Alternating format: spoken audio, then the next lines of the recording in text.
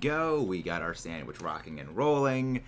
We are back with our shiny hunting. And yes, I know that sandwich was horribly lopsided, but let's get shiny hunting in general. So, fairy sandwich is out.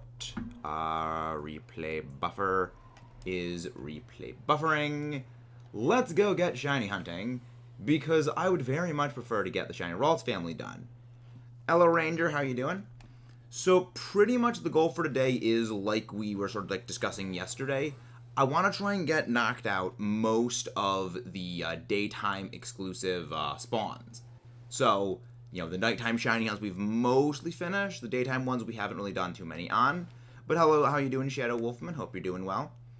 I don't know of a better place to shiny hunt for exclusively Ralts, but I think that we should be fine here. And again, I can always just give away the extra spare Gardevoir if we get any. So we need Gardevoir.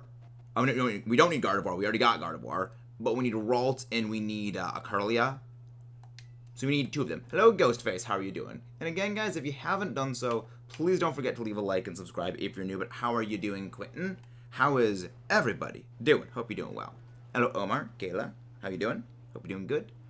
I'm doing great. I've been planning for my next battle of the Elite Battle League. Hey, Copy, how you doing? It's been a while. Well, you were here yesterday, but it's been a while since, like, yesterday. But how you guys doing? Indeed, Kayla is the best. But yeah, so the plan for today is, like, gonna be getting these two. Getting the Kirlia and the Ralts. I would hope that we get them early and we get them quick. Oh, nice. Finally got the Arceus. Delightful. Got a shiny Kamala while trying to get a different shiny message. Very nice. Oh, shiny Iron Valiant is great. I love it. Yeah, shiny Iron Valiant is actually our shiny hunting battle Pokemon that we've been using today. Yeah, cool. There's a trick, sort of, to getting outbreaks. And it is, if you're in... The game will, when it rolls over to the next day, and it rolls the new outbreaks, it tries to force an outbreak nearby where you are.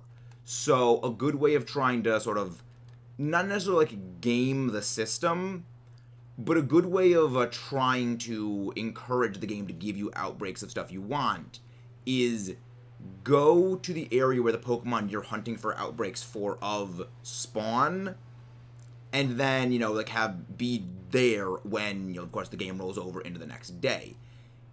Because the way that the game does outbreaks it's a bit weird. What's the experiment you're doing in black and white, Ranger? Because the way that the game does checks for outbreaks is it doesn't pick an area. No. What it doesn't do is it doesn't pick a Pokemon and then assign the outbreak assign, okay, this is an area where this Pokemon spawns, we'll put an outbreak there.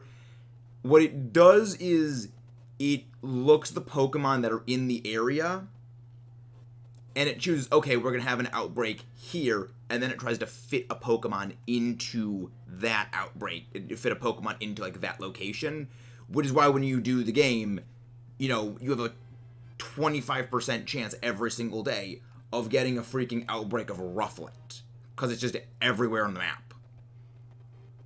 Skip an outbreak trying to get a shiny and a random Kamala. Oh, nice!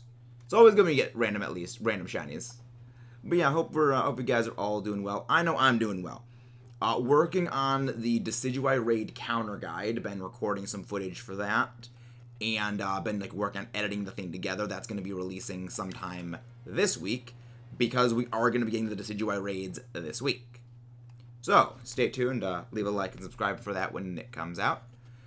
But this is something that I've actually noticed with me joining the EBL. I've noticed on Saturdays, my channel's, like, just performance in general kind of tanks off a cliff. Because, like, I've noticed that every Saturday since joining the EBL, the channel has, like, shrank. You know, a little bit. We've lost a little bit of subs compared to the previous day. So I've noticed that since joining the EBL, and it's a little concerning. But I think it could be more so due to, I've noticed on just in general on weekends, the channel really doesn't do as well. Jumbo has a fantastic shiny. I like the pink. The pink looks very delightful. But yeah, hopefully we can get, you know, the last 2 members of the Gardevoir family. Hopefully, at least. I don't know if there's a better place to actually hunt for the Gardevoir family. There probably is, but I just don't know. What does it look like around the Psychic Gym City? I know that you can get Gallade around there, but can you get like Curly and the others? Still hunting Arceus 3 days in a row now. Yeah, that's gonna be a hard one. That's gonna be a hard one. The whole world. Nice Ghostface, very nice. Yeah, honestly, like the Jumpla family is an underrated shiny. Like I just love it. I like the pink. I also like how Hoppip goes green, and then the other 2 just go pink. I think it's a very neat. 5 hours hunting Rockruff, Sparkle Power 3, and Counter Power. Was it Rock Sparkle Power? But sometimes you get hunts like that. I mean, Ranger, when I was hunting for Karkadet, I went over 6-7 hours of using Sparkle Power Fire, hunting in an area where this is where people go to shiny hunt Karkadet. This is where people get it, and they say they get it really, really quick. Over 10 sandwiches, and in total about 7 hours it took me to finally get mine. So I am right there with you. It sucks. Also, do you have the shiny charm though? Nice, I mean Midnight Lycanroc, very nice. I love the Rockruff family. They look great. Shiny Dusk Lycanroc is going to be a future hunt. So that is one hunt that I've got penciled in for the future.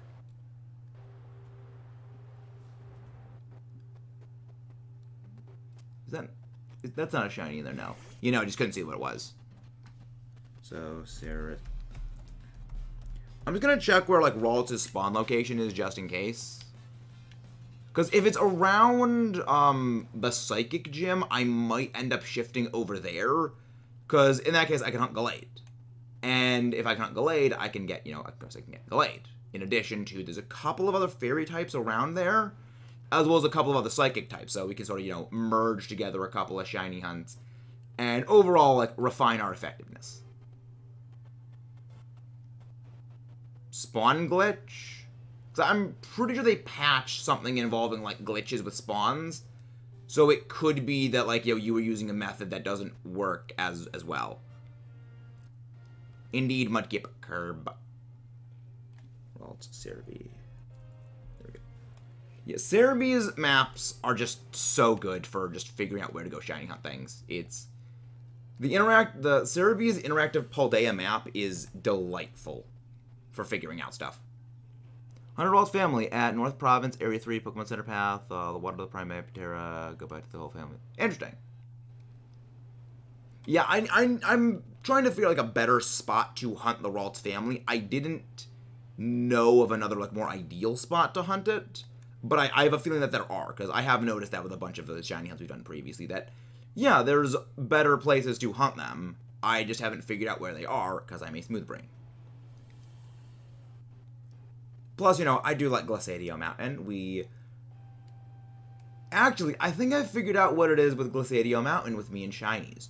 We only find shinies on Glaciadio Mountain when we are Masuda hunting for other Pokemon. We don't find shinies on Glaciadio Mountain when we are dedicated hunting them with sandwich powers. So maybe that's the secret. Oh, Klefki, right. Klefki is going to be a hard shiny to spot. That one is a shiny I'm probably going to be doing strictly outbreaks for. Pass is full of Ralts and Gardevoir. Oh, interesting. Yeah, I already have Gardevoir, though. So ideally, I'm looking for a spot where Gardevoir does not spawn. Where I get, Curlia, I get Ralts, I get Curlia. I don't get Gardevoir, because I do already have a shiny for the Gardevoir dex entry in our Living Shiny decks. I have a male shiny Ralts in my Scarlet version, but I don't have a Gallade yet. And just to be on the safe side, I kind of would prefer to find, another Ralts shiny. Because that way, if I end up getting, two female Ralts for, my future shinies, then I would need to evolve my male Ralt into the Gallade, and I need to find another Ralt in the future. Alright, there we go. Generation 9, Cerebi, Cerebi.net, the delightfully helpful aid of my shiny hunting sanity. Sanity saver, love it. Cerebi.net. But yeah, I generally go around here when it comes to shiny hunting on Glaciadio Mountain, get a good number of spawns, but the only problem is that it sometimes just takes a bit of a minute for them to load up. So, I'll let them load in, see if we can get any more spawns. Okay, no, that's not a shiny one. Right.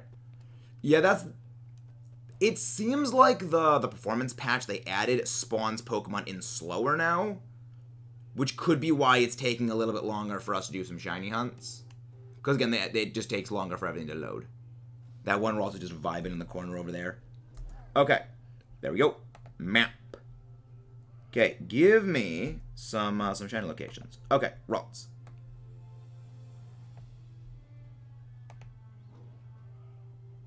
Okay, where's the Ralts? Wait, what? Interesting. So, huh. I guess Ralts only spawns with Gardevoir then here. That is very interesting. And not in a good way. Hey, Hannah, how you doing? Random shiny. I love the mountain. What's your least favorite shiny in Gen 1? Ooh, hard thing to say. Hard pick. Hard pick. I mean, I know I've gotten Ralts before off this, so I guess the other thing I could do is go look for where Kirlia spawns. Because ideally, again, the Kirlia is something I'm looking for unless I can get another male Ralts. So let's go Kirlia. Let's see where Kirlia goes. Kirlia locations. Hey, Lucas, how you doing? When the mods go grab Lucas's link, please. But why are you yelling, Hannah? What is with the ah? Hope everything is okay. All right, let's see. So let's scroll down. Really, why is? Okay. So, Kirlia also spawns in other places too. Interesting. Again, all I need is one shiny male Ralt, and we're good. Well, I mean, another shiny male Ralt, just to make sure that we can get the Gallade. I mean, alternatively, I can just go hunt at, like, around, not Artisan, Alfornada? Alfornada, is that the... I think Alfornada is the Psychic Gym. We could just hunt around there. And that I know you can get Gallade. I also know you can get a couple of other Psychic types around there. So, might go and check that one out. We'll do a little bit of hunting here. Then we'll go check that one out later. Oh yeah, right, there is the Xenoblade Chronicles 3 DLC. That's the thing that exists. I periodically forget that it exists. Well, it will exist. Okay, no shiny. No shinies over here. Well, no, male Ralts and male and female Ralts have identical chances of appearing. It's a 50-50 shot. That's why I need another one. Because, again, I need one for the Gallade. Unless I go and I just hunt Gallade in particular. But I think what I'll do is I'll go, like, try and hunt around Alfornada specifically. Because I don't think there's other fighting types that can appear around Alfornada. but I would like to just be safe. Again, we've got a male Curly, a male Ralts in our other game that's a shiny, so if need be, we can evolve that. But it does mean that we need to go find a, two, or at least a spare, just Ralts in general. We're shiny hunting them. I don't accept trades, but we're shiny hunting them for a shiny living dex. So we need to hunt them ourselves. It's kind of the thing. Okay, not seeing them. Nope. I was gonna be like, here's wave 4 and other stuff. Okay. Interesting. Not seeing shinies. How long we got? We got what? We're halfway done with our sandwich. We are exceeding the number of encounters I like doing per minute. Because I did the math a while back. And it is so long as you are exceeding like 13 encounters a minute, you are going to be hitting odds or surpassing them. And, we are, hitting odds ridiculously quickly. And again, we just passed in less than a minute probably like 20, 25 Curly, 25 Ralts right there. Ralts / Gardevoir right there. So we are very much going to be hitting odds. We might have even already, probably haven't hit odds yet.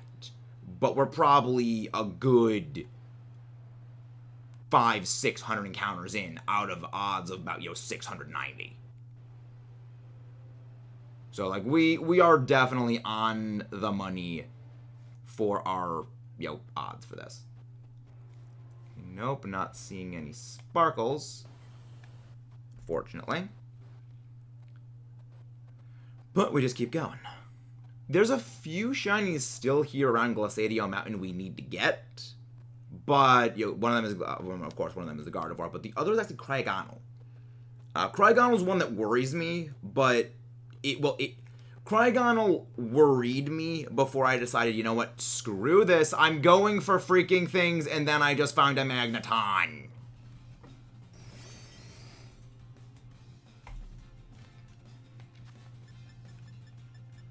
I'm not hunting for you, magnets. Well, this is going in the giveaway bin. Don't forget to leave a like and subscribe if you haven't done so, guys. We're doing a shiny giveaway in a few days, about a week or so, because I already have a bunch of these shinies, and this is one I already got registered. So this is going for a giveaway trade. This is one of the 34 we have already. Failed 2 shinies in the game. One of them, we're not even sure if it was shiny, but it was a Screamtail, because it was off in the background during another Screamtail encounter we were doing. We couldn't get close enough to verify if it was shiny or not, but we think it was. We don't know for sure. The other was a shiny Knackley that I just, like a smooth brain, clicked Picnic instead of Save, and Picnic reset over it. Frickin' heck, we just got the thing right there. I mean, I love you, Magneton. And the Magnemite family. You were a shiny I have hunted for years. But game, screw off. For those who don't know my history with the shiny Magneton family, back in Let's Go Pikachu, I actively was hunting for a shiny Magnemite because I really, really wanted it. And 3 times, when I built up a massive catch combo chain, I got shiny Chansey.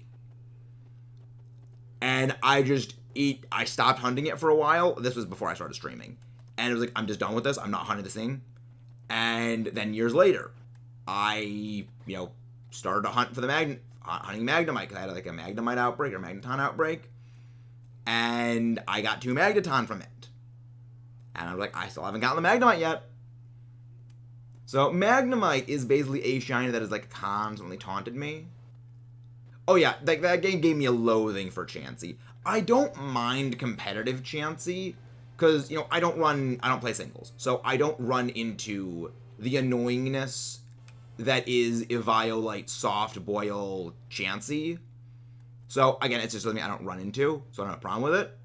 But that freaking shiny. And I got so many shiny Chansey in the course of preparations for things like in Let's Go, because we're doing a Let's Go Pikachu Let's Play right now, and I am preparing for the Master Trainer battles, and I've gotten a couple of shiny Chansey in the course of just preparing for those, so I have a bit of a vendetta against it. I also have a vendetta against it because when I was preparing for a VGC tournament, I was, this was back in Ultra Sun, Ultra Moon. I went to Pony Plains, and I was doing the little bush encounters where the Chansey jump out you and fight you into the SOS chain. And this because I needed to get my stuff level 100 to hyper train them. And a Chansey came, and then SOS, a shiny Chansey. So I had to break off my chain, catch the thing, and then restart the chain again and use another Roto XP power. So, and then I got another one a few years later when I was shiny hunting, building up levels on a Pokemon for shiny hunting in Ultra Moon. So, I just have a vendetta against the Chansey family because of that. I have so many of the shinies of that family, I don't even care about them anymore. I'll still always catch them because, again, I just do giveaways for them. But I just have a vendetta against that family because so many Chansey when I'm trying to do other things. It's just amusing that I keep finding them when I'm just experience grinding. Which isn't all that surprising when you really consider it because, yeah, you're deliberately trying to encounter Chansey dozens of times. So the odds are very, very high you're going to find a shiny of it.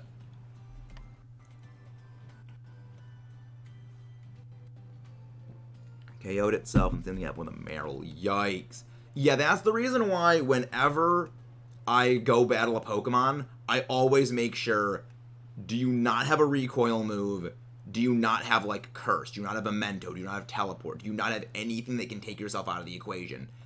And we were very close once with that, where a Flamigo used Brave Bird and almost took itself out. Thankfully, it didn't.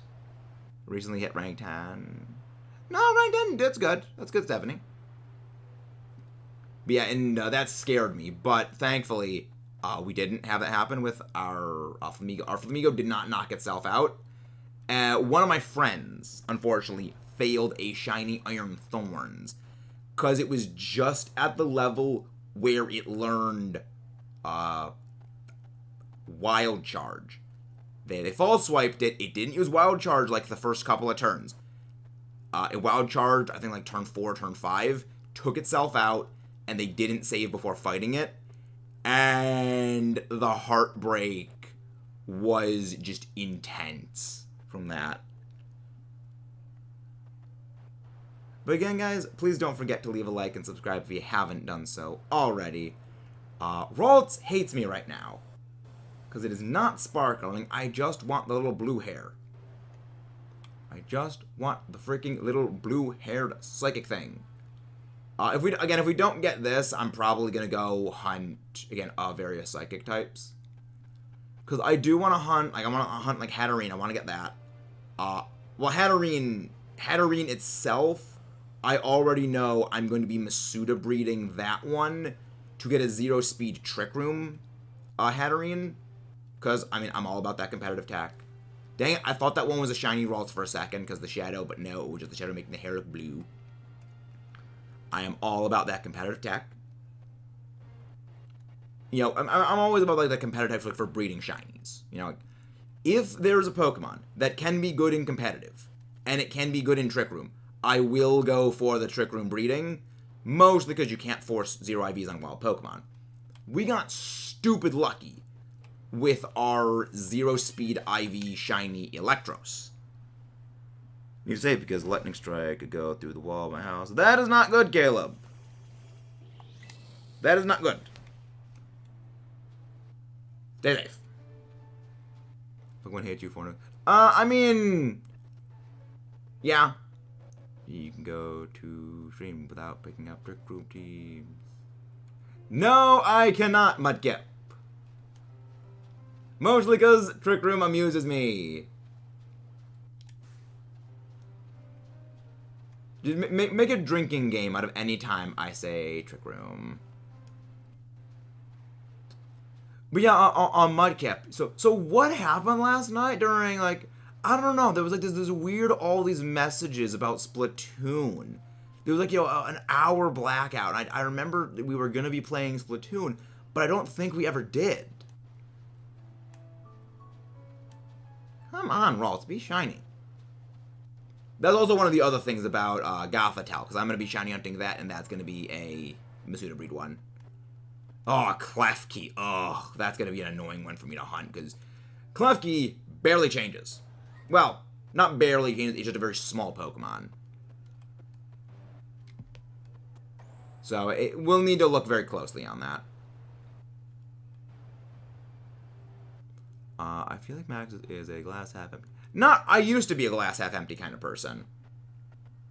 I've started to try to change, like, as started to try. I mean, this started a couple of years ago. I started to try changing to be more positive. I'd say I'm more there's water in the glass type person at this point. Not quite glass half full, glass half empty, but like there is enough.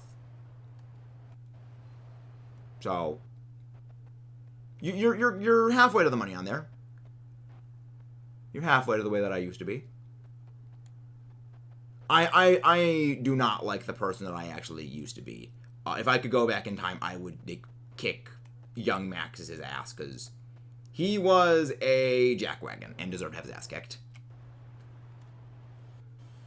What do you think you would hunt last?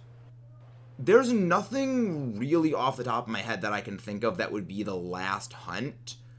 Mostly because whatever we're going to hunt last is going to be hunted last out of it's what we don't have yet. So it's going to turn out to whatever our hunts end up not giving us. Which, at this rate, is probably going to be frickin' Greninja, the way our present Greninja hunts have been going. Shoe Frog hates us. But yeah, we are doing a living shiny dex. So at some point, we're going to need to hunt literally everything. Yeah, it's not going to be...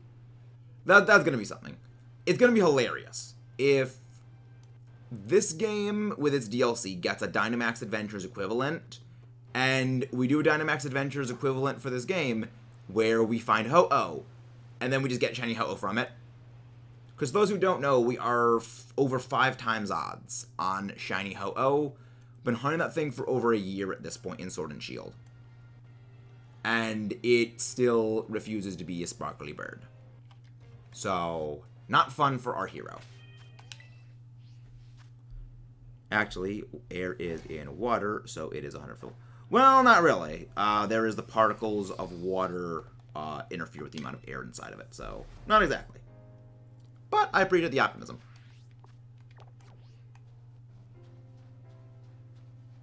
Alrighty. Now, can you give me the small psychic thing? I just want the sparkles.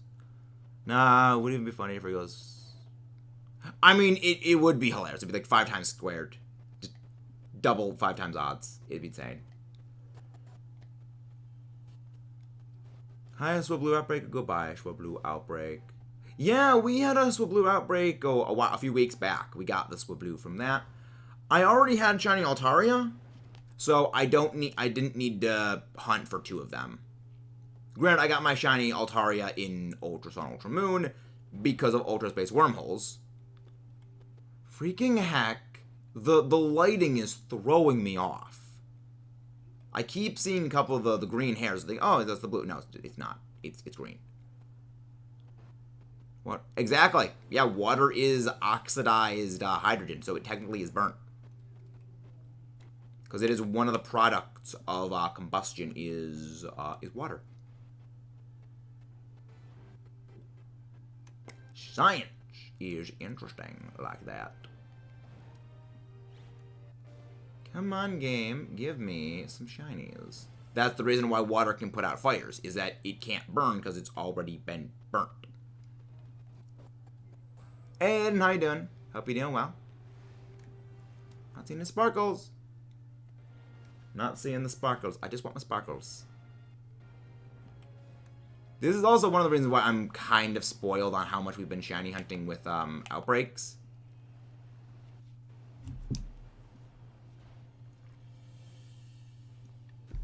Mabostiff, Alex. It is very, very solidly Mabostiff. The best doggo from Paldea.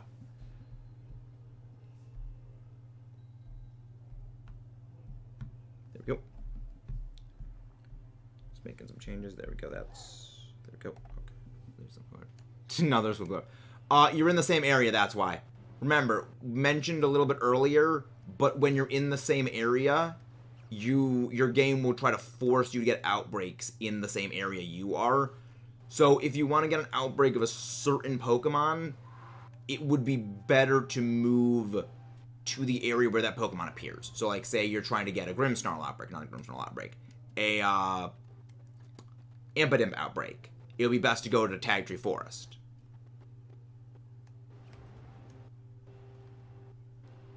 Or be like around like Tagtree Forest, for example. But yes, with Blue and a lot of the bird Pokemon, you are going to be ending up getting a lot of their outbreaks more frequently just because they're in almost all the locations. So the game won't actually just default to giving you outbreaks of them more often because statistically they have a higher likelihood. Again, 25% chance of getting a freaking Rufflet outbreak every day, apparently.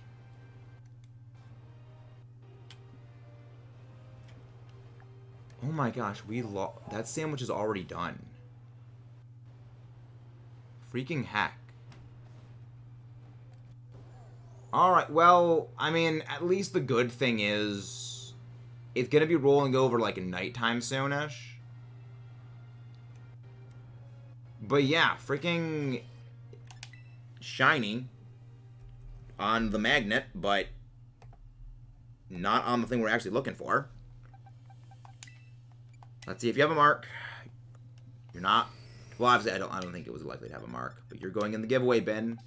Although the second box of the giveaway bin is like they're all electric so far. All right. Save the game. Save that shining. Okay. Wait. Okay, no, I thought that Cub 2 was shiny. Alright, well, it's gonna be rolling over to nighttime soon. So, again, Rufflet Optic Road, I was saying. What should I hunt in the meantime, since... You know what, let's hunt some normal types. Let's go hunt some poison types. We can't hunt during the night for the Curlia family because they are daytime exclusive spawns. So we might as well just hunt for stuff. Save the game again, just to make sure. Poison is, I believe, green bell peppers. Just want to triple check that.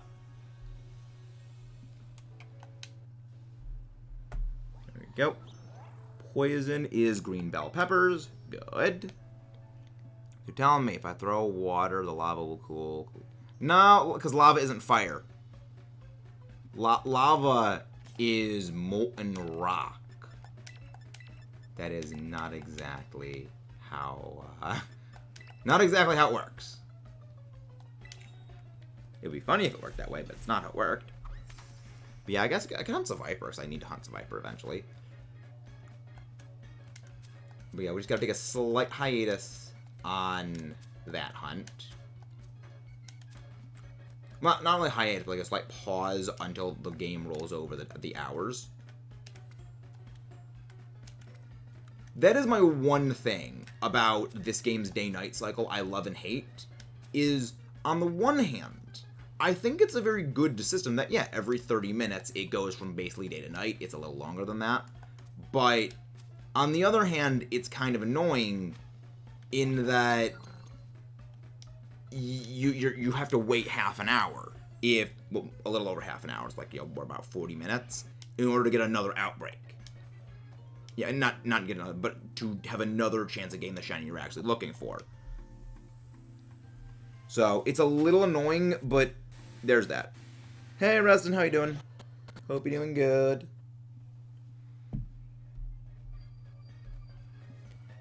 Alright, tasting Max's original sparkling power poison.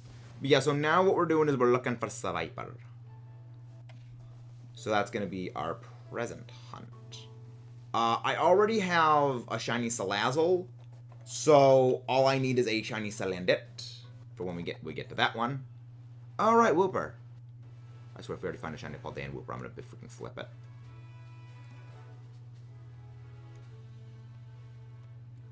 Okay, good. It's not shiny Wooper. Paldean Wooper. I know that you can find, like, Sviper around here. So I want to get looking for those.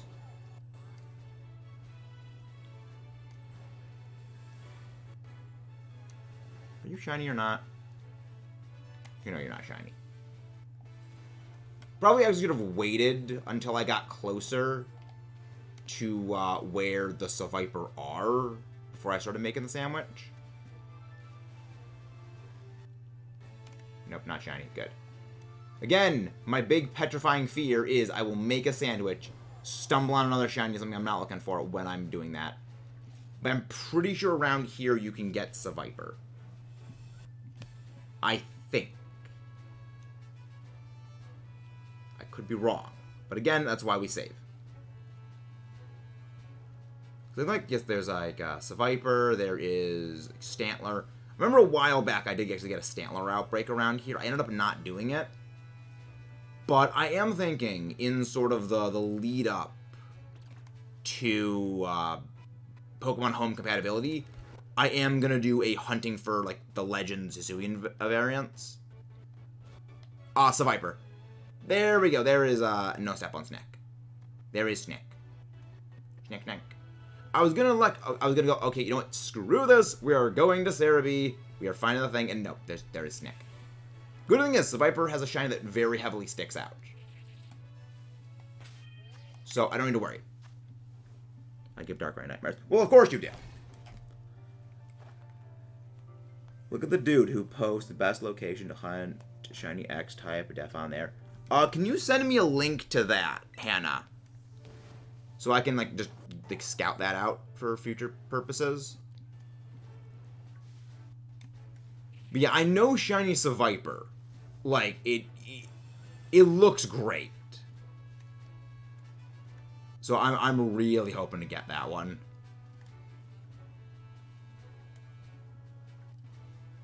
But whether or not, yeah, see, there's Stantler. Yeah, I had a Stantler outbreak around here a while back. Again, I ended up not doing it just that day. I think it was one of the days that we did the Scarlet Paradox hunt. Something else we gotta get doing. I do not have a Hisuian Zorua yet. I will get one eventually. Also, guys, again, if you haven't done so, please don't forget to leave a like and subscribe. Yeah, Shiny Sviper does look great. It's a fantastic sparkle. I'm hoping Game is going to be nice and like give me some sparkles today, because it was a jerk to us the last couple of days with the frickin' Zorua, not the Zorua, the frickin' Riolu hunt. But I also assume that's what we get, like, you know, for the good luck on the Zorua outbreak, just on the Zorua hunting. So, I mean, fair enough, Game. You gave us some good luck with Zorua, but all that. Dunsparce wants to imagine it is a no step on Snack. Nice clutch outbreak. Does anyone have and nope, I have no idea what that is, Shadow. I'm not like a wrestling person. But again, guys, please don't forget to leave a like and subscribe if you haven't done so already. The guide for the Decidueye raids, because I've been working on that video. That is going to be going out later this week. There are so many just easy and interesting things that you can do to stomp Decidueye. It's going to be great. Like, it is, I think this is going to be the first Terra Raid event that actually goes relatively smoothly. just based on the numbers of the counters that we've been doing. I don't think one-shots are going to be too easy with this one, just based on Decidueye does actually have a relatively bulky stat line. But I think that, yeah, it's going to be like 2, 3, 4 moves. You know, that's not even including things like terrain bonuses, not even including things like defense drops. It's going to be insane. I'm not going to try the raids. IDK. It's so low, I'm not worried about my... Well, what do you mean? What do you mean, Hannah? Shadow the top turns... Like, oh yes, the olive turns black. I love shiny small olive. It looks great. I mean, I like black olive, so there's that. It's great shiny. But I want a freaking slither belt. I want the slithering belt.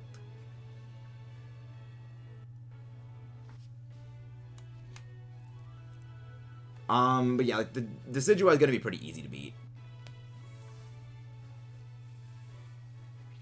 The whole April thing. That, I think it's exclusive if you've downloaded the DLC and connected Go to it. I don't think otherwise you have a problem. Like I haven't gotten the DLC. I haven't connected Go to it because I don't have Go connecting to it. So I'm kind of immune to that. But it seems also super remote. You know, it seems that it is not happening to everyone, and it also does seem that most of what's being reported about it is that it's like hacked files or something, that like things that have hacked things on it that could be having issues. But we really don't know anything concrete other than seems to be very heavily connected with the DLC. Because it seems that exclusively people who have downloaded the DLC and connected Go are the ones reporting the problems. Which, considering the number of people who have the game, and the number of people who have not, connected the DLC, it's a bit suspicious that that massive pool is not being affected, despite, a very small portion is what's being affected. Which means, causation is not correlation, but there is, correlation is not causation, but there's a pretty big correlation between those two things.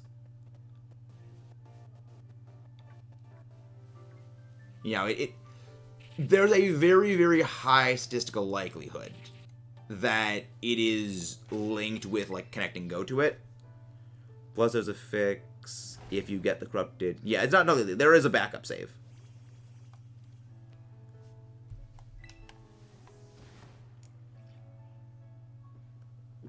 Oh, yeah, I understand that 100%, Hannah. I very, very much understand, like, the overthinking and the worry about it, because...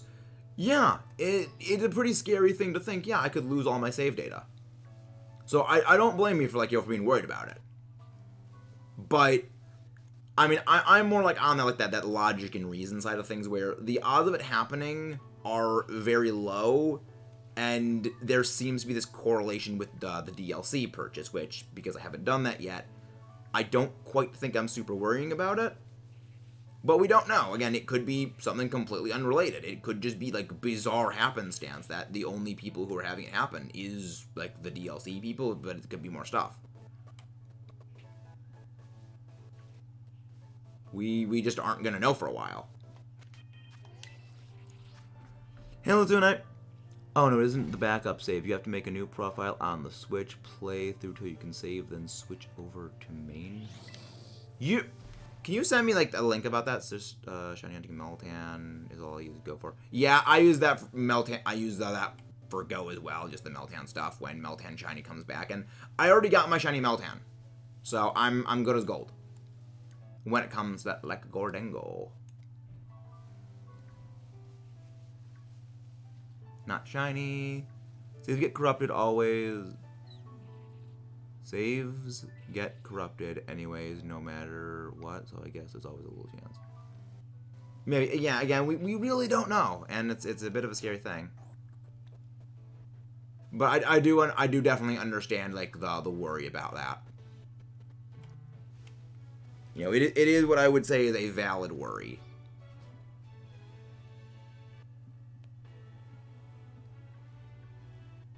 Maybe that's why a lot of, like, stuff with, like, the channel and, like, Scarlet Ballot hasn't shown up.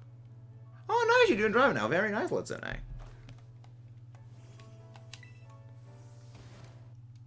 Driving is good. And also terrifying. Even though I haven't gotten the DLC yet. I have not done my other playthrough of the game yet. I always do 3 playthroughs of the game. 1 with each starter. And I have not yet done my one with Sprigatito yet. Probably going to be doing that at a later point, though. Come on, how long is we into the sandwich? Okay, we're 10 minutes in. I was like, there's no way we're over halfway done with the sandwich yet. We've barely found anything. Yeah, no, we're just getting not many spawns. Because stupid Snack is being annoying. I have no idea. But I am going to be... See, Sly may have horrible taste in rivals he hates. Because how is just a guy who likes to be happy? He doesn't care about winning. He just wants to have fun. He's just a happy dude. But I will still aid him in winning the EBL if possible. Because I'm already pretty much certain that if it comes down to a match in the EBL between Sly and me, I think I just lose. Like, I don't really have anything for Zygarde. But, and he has freaking Zygarde on his team, and he is good at using Zygarde, so I'm scared of Zygarde. Zygarde. But yeah, I hope that I don't end up facing Sly with his Zygarde, because it terrifies me. And, yeah. Veluza fish. I am so glad Veluza was one of our earliest shiny hunts. That... I'm impressed they managed to make a Pokemon that is more annoying to deal with than Sharpedo was in Sword and Shield. Like, Sharpedo wasn't terrible in Sword and Shield. It was annoying, but if you knew the timing, you could just dodge left or dodge to the right and just completely avoid it. But then, they made the Veluza fish. And that, because, like, Veluza is also, like, not even the worst one in the game. The worst one in the game is freaking Tauros. Because at least when it comes to the Veluza fish, you can just stay out of the water to annoy them, to avoid them. But with this one, you know, with Tauros, it's everywhere on land, pretty much. Oh, he has 100%, he has Zygarde 50%, 100%. He has both of them. So he can use either Aura Breaker or Power Construct Zygarde, but historically in matches, he's just going with Power Construct Zygarde, because what can you do to it?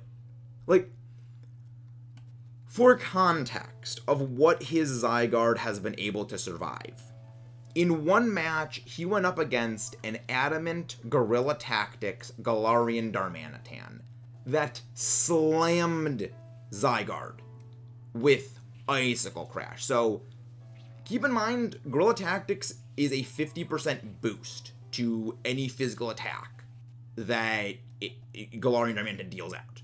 So it's a free choice band, in a form where there's no items, against his Dynamaxed Zygarde.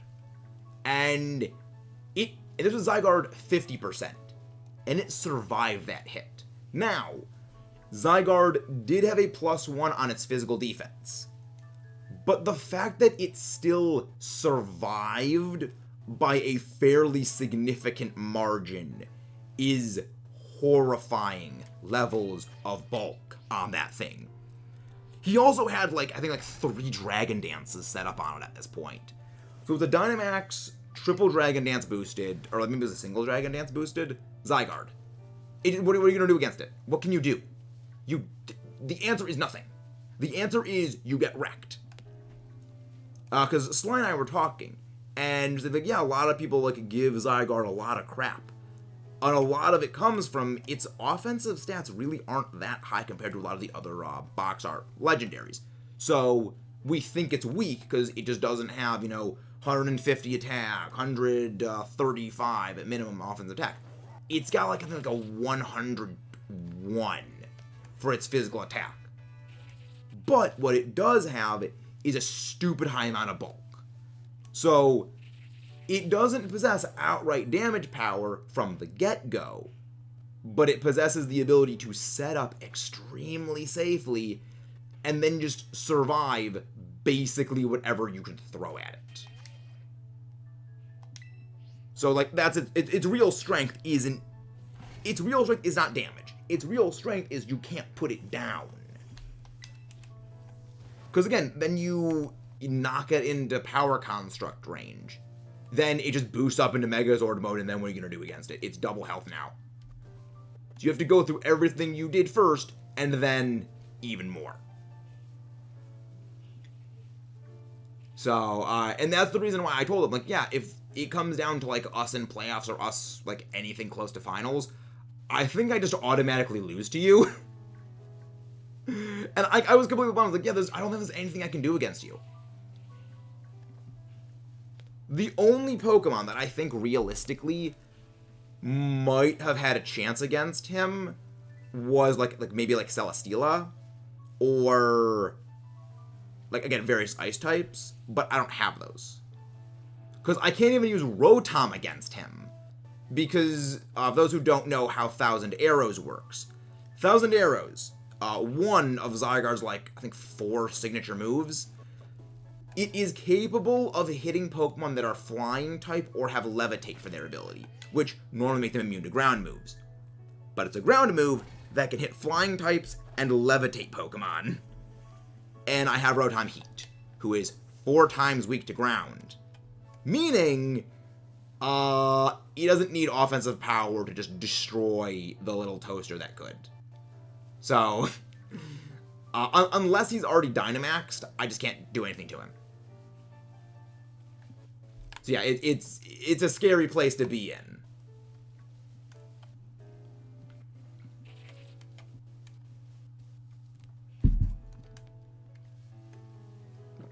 But it's also, like, kind of reassuring. Like, yeah, like, there's nothing I can do against it. Shiny Rotom is Lawnmower. Rotom Mow is pretty good. I just drafted Rotom Heat for the format because I initially wanted to go with Rotom Wash, but someone picked Rotom Wash before me, so I couldn't go with Rotom Wash.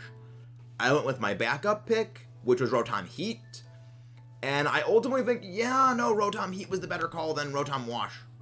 Because there's just so many things that Rotom Heat's been able to do in matches that there's no way Rotom Wash would have been able to do that. So, like, yeah, no, like, Rotom Wash, Rotom Heat, actually, like, pretty good.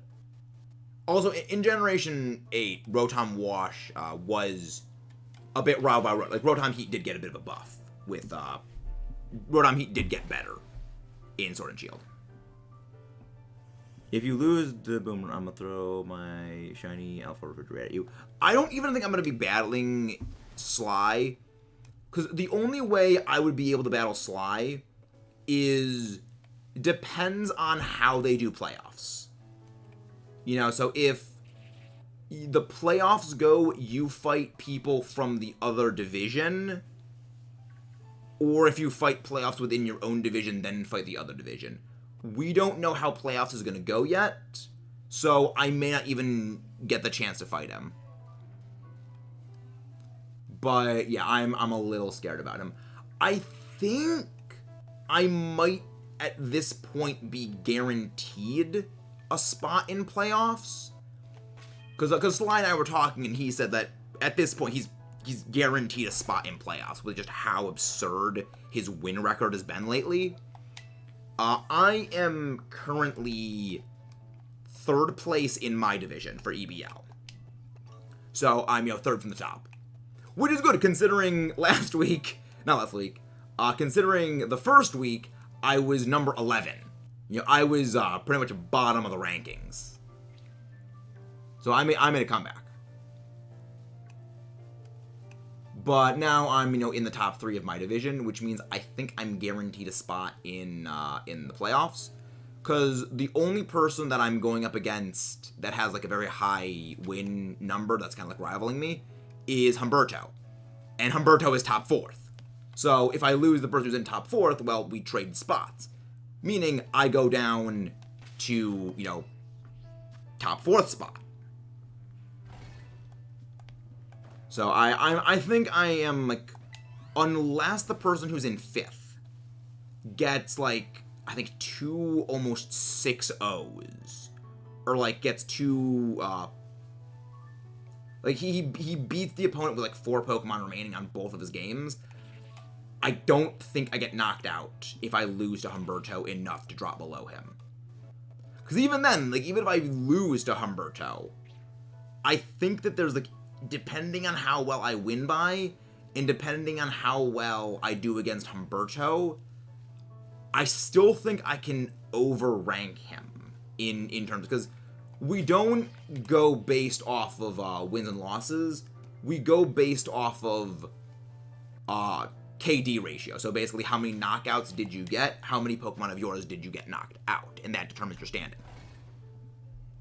Hey, Galen, how you doing? So long as I just do very well week 4 and don't completely get bodied week 5, I think I'm guaranteed playoffs. And here I am, nice. Also, did you see the EBL battles, Andrew? Like, huh? Not sure I follow. Yeah, my big worry, though, is I have no idea what FIFA is. I have no clue what that is. But my big worry is it isn't really... I'm not as worried about Humberto's team as I thought I was. Because the more I'm looking at it, the more I'm realizing I have answers to a number of things Humberto is. Like, he has Mewtwo, which I've gone against Mewtwo, and I have been able to prove on both ends I can handle Mewtwo. Like, this is sort of the weird, interesting catch-22 of Mewtwo's insane offensive presence. That if... Okay, Ghost, thank you very much for coming in. Have a nice day. That if you keep Mewtwo in the back and just, like, off the field in the way that Timmy did, then Mewtwo can't get its damage off. It can't take out things. And if you, like, you lead Mewtwo, well, my team has a number of things that, you know, Mewtwo just does not want to be dealing with. But if you bring Mewtwo out and you keep Mewtwo in, Mewtwo runs the risk of getting affected by those, you know, status conditions, getting affected by those conditions that Mewtwo doesn't want to like being affected by. And so it's like on either end, Mewtwo does not really do super well against me. Yeah, I don't know how they do the stuff like that, because I don't really follow soccer. So I wouldn't really know if it was like that or not. But yeah, it's going to be an interesting match. Again, I was worried about Timmy's team, and I was in every way rightful to be worried about, like, Timmy's team.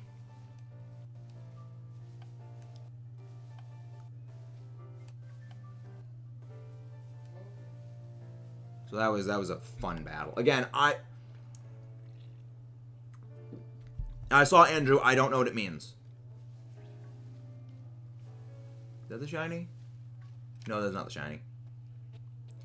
But yeah, I was rightful to be worried about Timmy's team, because that battle made Battle of the Week. So of the entire, so I think there was what, 12 battles in the week? Not 12. I think there was maybe like 10 or so battles in the week. And of all of those, the battle that I had against Timmy was like the best of the week. Like, and they were like, yeah, this is the best week. Like, I love that. Like, yes, that was the most intense one. I love it.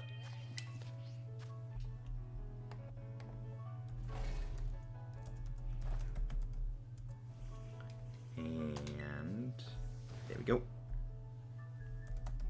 Let's let everything spawn in. So let me check to see when stuff rolls in. Is that not shiny? No, it's not shiny. Yeah, no, they just let them spawn. No, get away, get away, Noodle Nick. Get away, you noodle.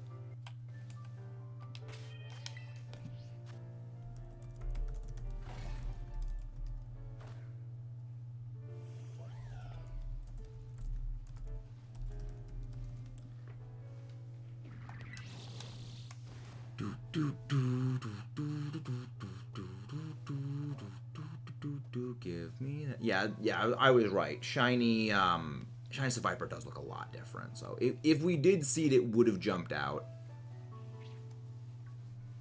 But yeah, we're 2 sandwiches in, and well, one sandwich in for the Ralts.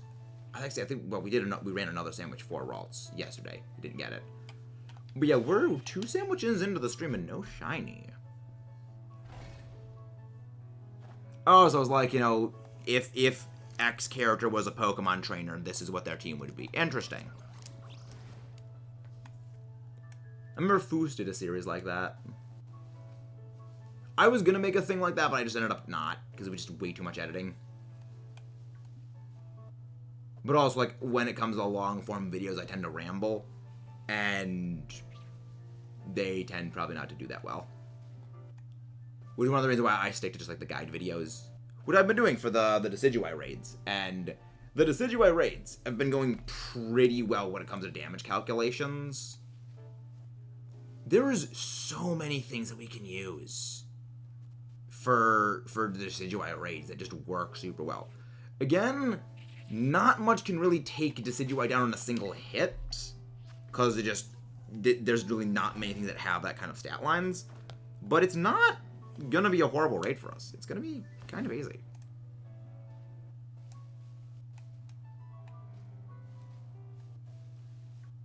It's gonna be interesting. The only real worry, though, is if they do make Decidueye weirdly a mixed attacker, but I don't think they're gonna make Decidueye a mixed attacker, because it doesn't get very good mixed moves. Like, its special attack set is okay, but it isn't like with Greninja, where Greninja could kind of pull off that mixed-ish set because it got so many obnoxious coverage options as what it was. But with, you know, this thing, it doesn't have the same kind of just insane coverage move pool. Mostly because water types do tend to get pretty massive move pools.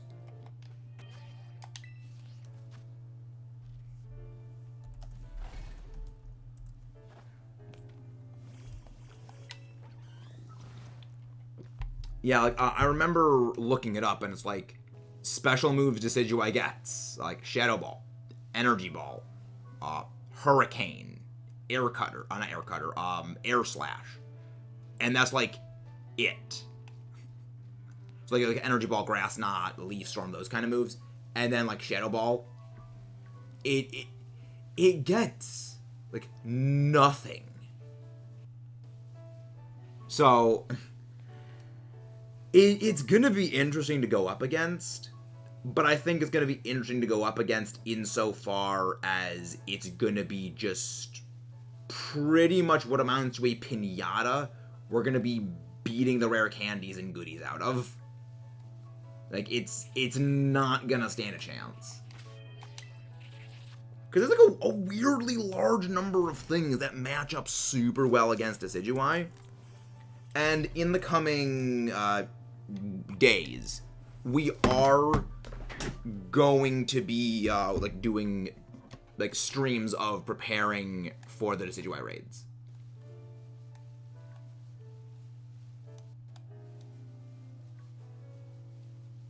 Come on, you stupid noodle snack.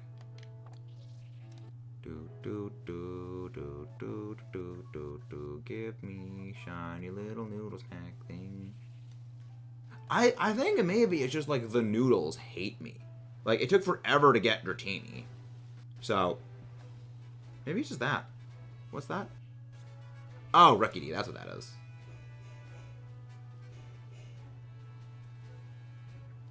Yeah, it's like Dratini took a long time to get. Dragonair took a while to get. And now this one's taking a while to get. It's weird. Maybe it's just like the noodle thingies don't like me.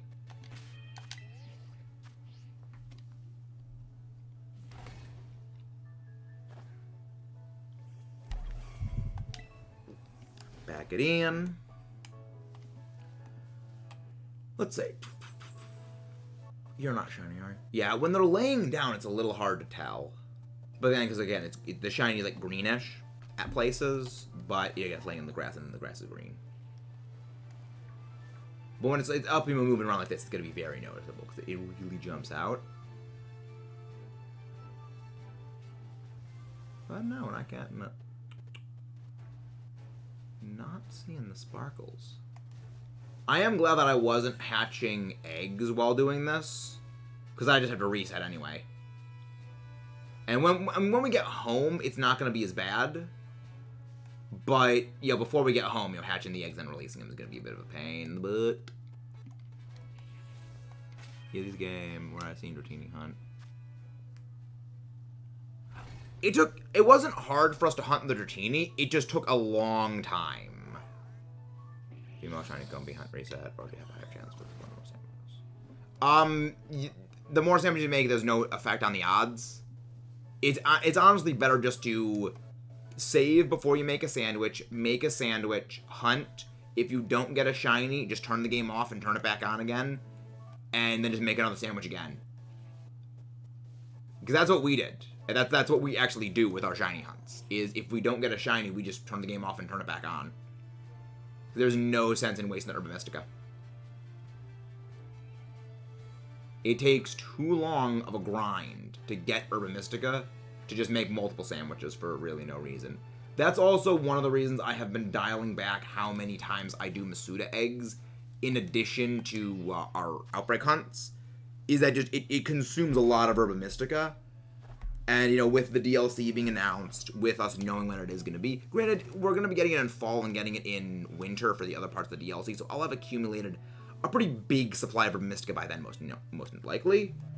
I'd still kind of prefer to have a bit of a big backlog, just in case. Because, again, you never know what kind of shenanigans can happen. Watch them make, like, Sparkle Power level 4 sandwiches with the DLC. I don't think they will, but it'll just be funny if they do. When you take a sandwich, give you a few encounters you might be missing, but... Well, no, if you do you make one sandwich and then just keep resetting that first sandwich, you still get the same amount of encounters. Yeah, there really isn't much of a reason to make more than one sandwich if you don't get a shiny on the first one. Okay, no shinies.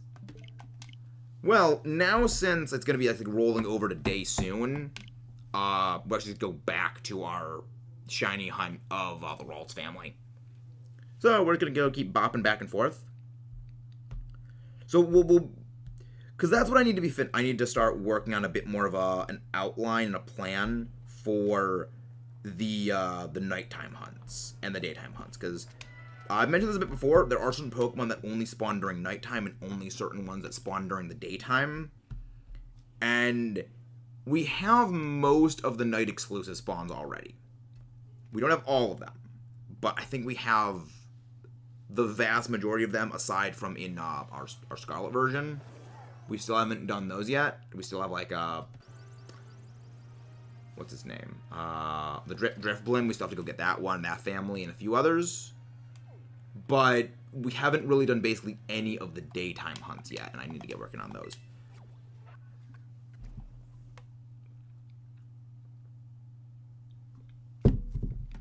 Which I would ideally like to have those finished.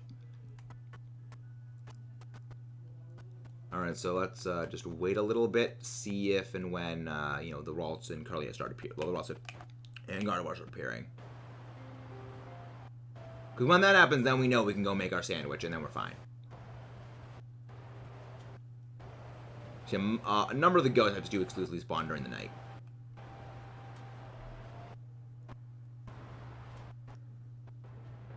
Yeah, that's just... That doesn't affect the second sandwich. That's just if you had reset there, you would have actually gotten the shiny on that same sandwich. We already have shiny Fluttermane. Yeah. That isn't to do with making a second sandwich. That's just reset the first one again and again. That's exactly what I mean, is you used 2 Herba Mystica, got nothing, and then you made another to use 4 Herba Mystica to get 2 shinies. Whereas if you reset, you would have only used 2 or missed to get 2 shinies, because then you would have reset back to where before you used the sandwich.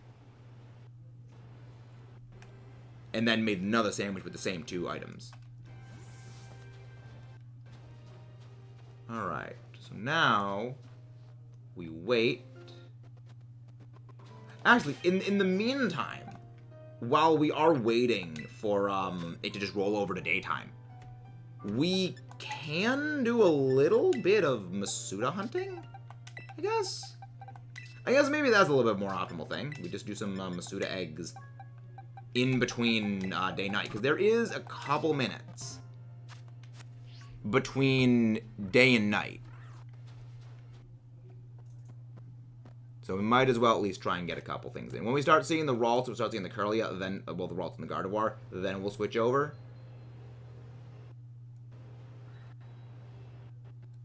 But until then, we do this. But yeah, we already have the Fluttermane shiny.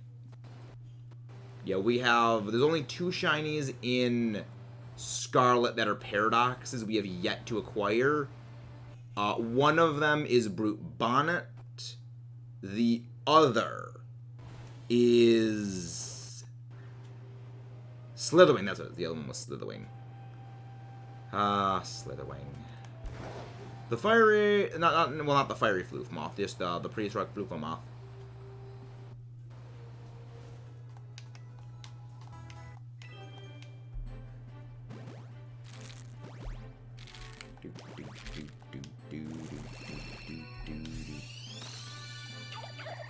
Papa, give me shiny. Hey Darren, how you doing? Welcome in. Hope you're doing well. Thank you very much for tuning in. It means a great deal. Alright, let's just hatch a couple of eggs. There we go. Hopefully, we can get our shiny Froakie and move on to the last of the family, because Shiny Living Dex is not fun when you get over the Masuda hunts. And again, guys, please don't forget to leave a like and subscribe if you haven't done so already. Alright, Cryogonal. Nope. I'm still surprised we have not gotten shiny Cryogonal. We've done so many Ice-type sandwiches here. And just no shiny Cryogonal. We've gotten everything else that's an Ice-type here that's shiny, with the exception of Frostmoth and Snom. But Snom is different than we're going to be Masuda hunting. The audio is not having anything on my end. It could be your computer, but we're not having any audio issues here. I could try and look at some things off stream, but we're not getting any audio issues on our end, because if there's any issues with transmission, your OBS will say, you know, lost frames, lost audio. It will bring that up on my screen.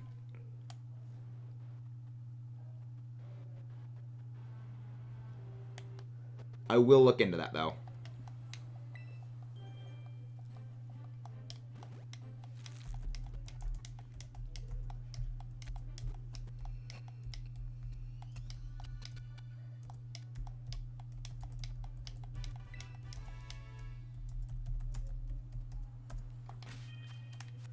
Okay, so that rolled over to now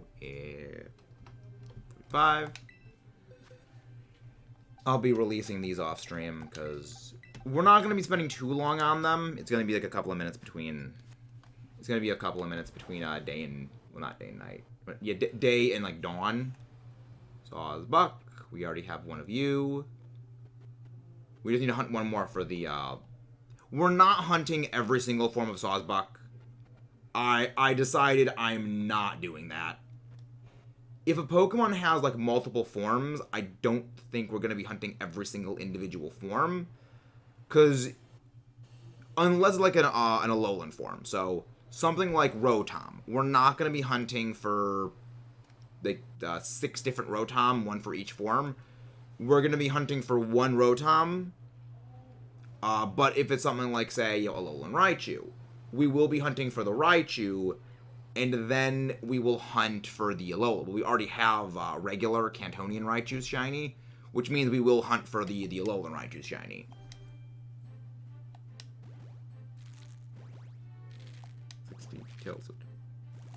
If you save after you do the 60 knockouts, it doesn't reset those. Yeah, if you save the game after doing your 60 knockouts and then you turn the game off and turn it back on again, it preserves that you've done the 60 knockouts. Which is why it's better to do the 60 knockouts before you start doing any sandwiches.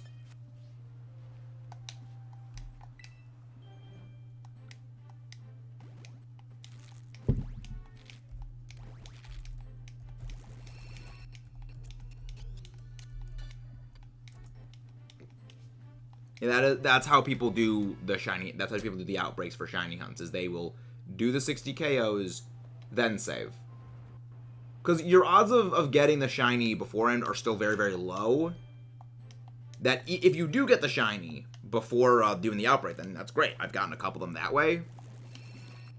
But it's better because that way you preserve more Urban Mystica for future hunts.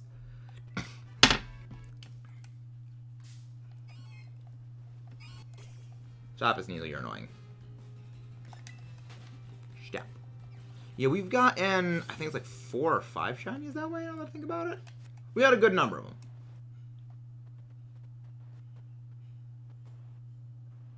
Okay, no, it's not. That was just the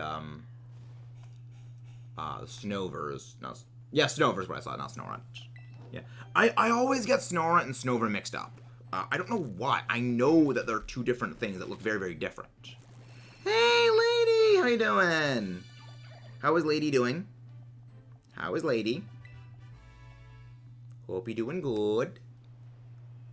There we go. Now it's rolled over into daytime in-game.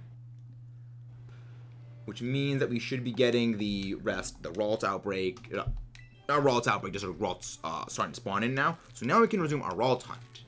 Because I want to get this stupid thing. Alright. Let me try it again.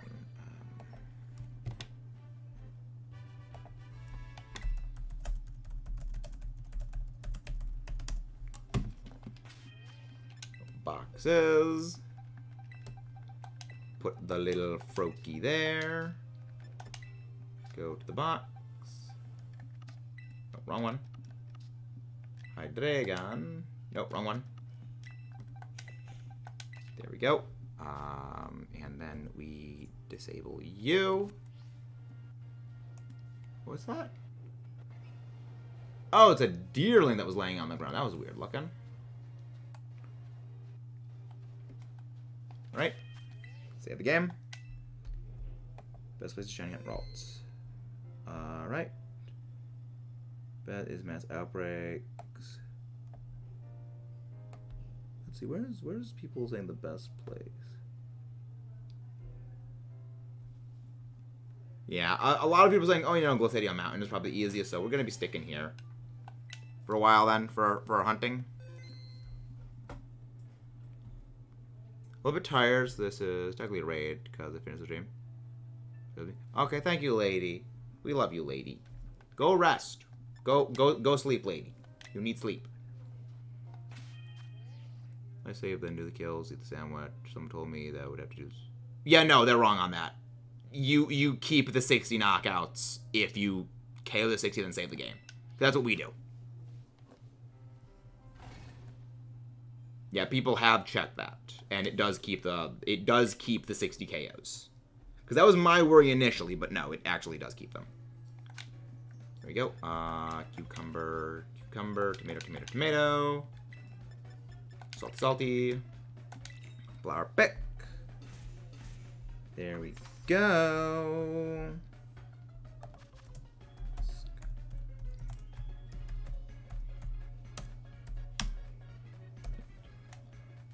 Yeah, so I want to get this freaking Ralts done. It probably would be better to do a psychic sandwich. So that way I can, again, if we get another thing, we can just go hunt Gallade over in the other area. But I already am starting this fairy sandwich. So we're doing that. Again, I have a feeling we're not going to get, you know, two female, like, other ones. It could happen, but the likelihood is just not as high. Thank you, lady. We haven't gotten any shinies so far today. finds uniquely in immediate air. Temples, Plato, South Province, but your adventure does not much, especially at night. I guess Los Platos apparently is like one of the easiest places to hunt it. But the other issue with Los Platos is that there's a lot of, there are like a couple other fairy types around there. We'll do another run around here. If not, then we'll go hunt around Los Platos. Because like that way, like it'll be better. Because because we do get a good amount of them here, but we are getting a little spawn interference. Yeah, it's always great getting more than one shiny on a sandwich. Our best record is we gotten 5 shinies on a single sandwich once. But that was ridiculously lucky. We've gotten a pretty good number of sandwiches where we've gotten 3 shinies on a single sandwich, though. So those are good. I always love when that happens. Now we're just looking for this stupid little blue-haired psychic thing. We are looking for the thing that is not Gallade. I've mentioned before, but the first member of the Ralts family, like fully evolved, that I ever saw actually was Gallade. So for a long time, Gardevoir was just like that thing that isn't Gallade for me. That's just kind of what it came to be for me. If we don't get it for this, I'll probably just go Los Platos and just keep hunting, depending on what the spawns are like there. But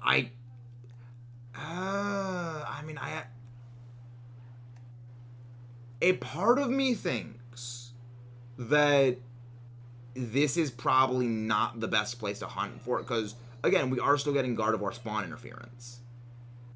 So we are getting those, occasional ones that they interfere with it, whereas, again, with Los Platos, we're only getting, Ralts. But the issue is with that is I also know around Los Platos, there is Hatena. I believe Hatena's there. But I do know that Azurill is there. So again, potential Azurill spawn interference. And we already do have Azurill. So it really comes down to what is the proportions of everything. But I think if I do a Psychic Sandwich, we're not going to get that kind of spawn interference. So we should be fine. Also, there's a Klefki over here as well, so there's that. And the game that's easier to shiny hunt is Let's Go Peach. I would disagree, Lucas. I would say Legends. Because with Legends, there is the shiny sound effect in it. There's the shiny notification sound, as well as like the glowy shiny aura around them. That is literally like a beacon that says, hey, shiny over here. Whereas with this one, you do need to pay attention to the Pokemon in particular. You need to actually be focusing on your screen. Otherwise, you will miss the shiny, as I have done a few times. I don't count the Psyduck that we lost, because it literally spawned inside of a rock, and we could not see it until I had already pressed the picnic button, and there was nothing that could be done to stop it. So it just was inside of the rocks. And it did not come out of the rocks until after.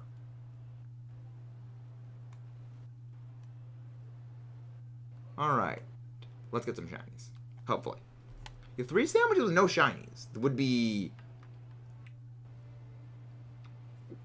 It wouldn't be a record, though the biggest record we have is 10 sandwiches and no shiny.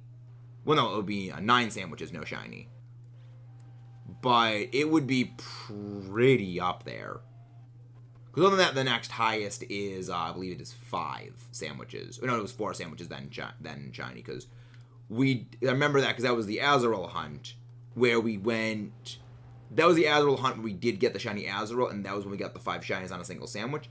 And I made the joke, yeah, we did 5 sandwiches today, and we got 5 shinies, but they were all on the last sandwich.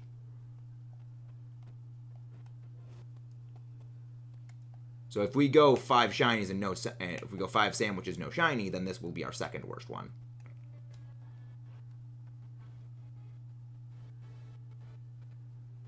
Okay, we're going back down now. Nope.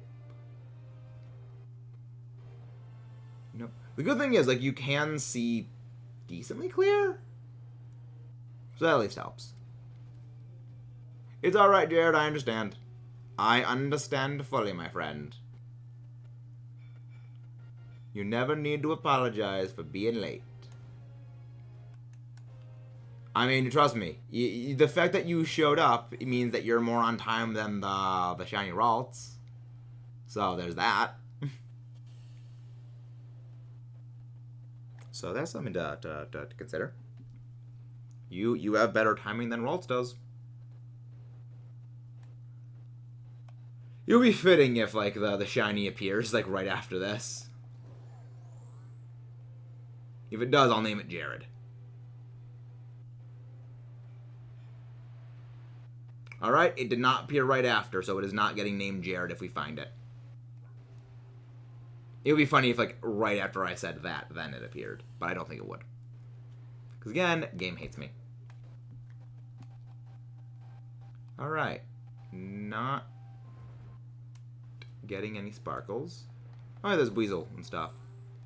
Not gonna hunt Weasel over here. I have a better place of hunting Weasel. But good to know for the future. Like, if I ever have it. If I'm ever running water sandwiches around here, maybe I can consider it. Wait, is that the shiny? Oh, freaking heck, yes. Finally. After all the annoyingness that was this hunt. There we go, people.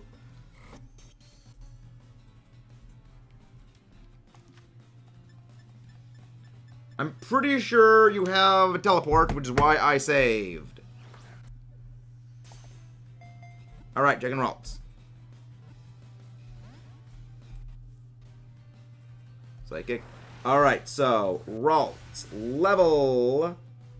Okay, no, it won't have teleport by this point. It will not have teleport. Yeah, what is it, like 36 or something? Yeah, Psychic, yeah, no, it's fine.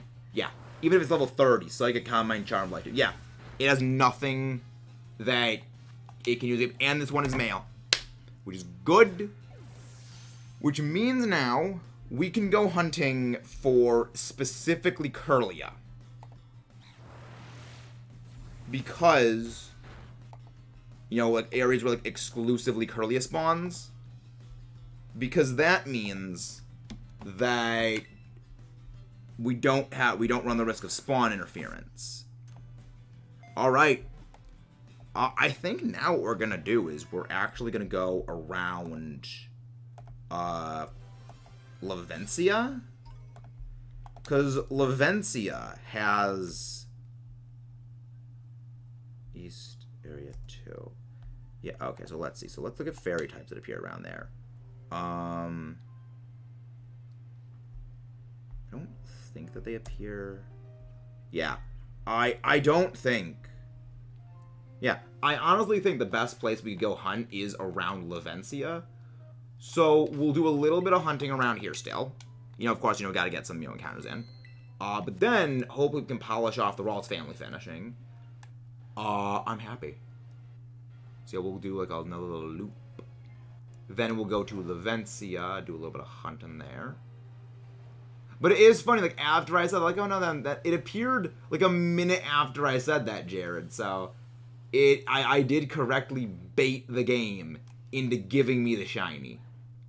So how about you get clowned on, game?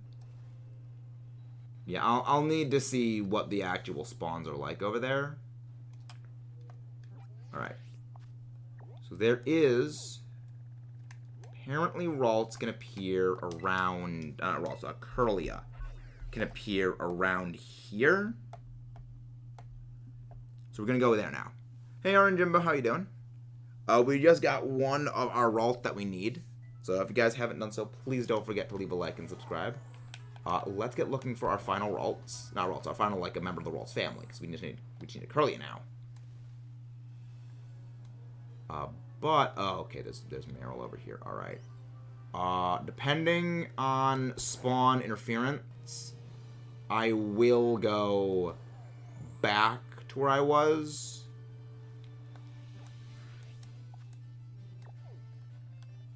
but I think it might be better to go around here. Again, it depends on spawn interference. Yeah. Again, it does depend on what the spawn interference is. Apparently, it can appear around here. Yeah, there's still also some, no, there is still spawn interference from Meryl. There is Meryl spawn interference. So, yes, where I was hunting before was the best place to hunt. I mean, I'm not surprised. I have had a bunch of areas where, yeah, where I was hunting first was actually not the best place. So it's kind of weird that the first place I go to is actually the best place to hunt. Then we'll get the Gallade. Thank you, Omar. Thank you for doing that. Glacadium Mountain. Yeah, once we get this, I think after that, we are not going to need to hunt on Glacadium Mountain ever again until we get a cryogonal outbreak. Which, well, no, okay, not 100% true on that. Frigibax hunt. Yeah, Frigibax and cryogonal. Yeah, there's that. Oh boy, Frigibax and cryogonal. I mean, Frigibax is going to be its own separate beast, but I think that all things considered, a Frigibax hunt won't be nearly as bad as I'm worried about, because unlike with this, there is a specific area that Frigibax is specifically centralized to. So there will always be Frigibax around there, and it's much more contained. So I can basically just set up a picnic. Okay, not there, despawn picnic, and basically just rinse and repeat. Whereas with Ralt and a bunch of the others, they're much more spread out. So I need to keep wandering.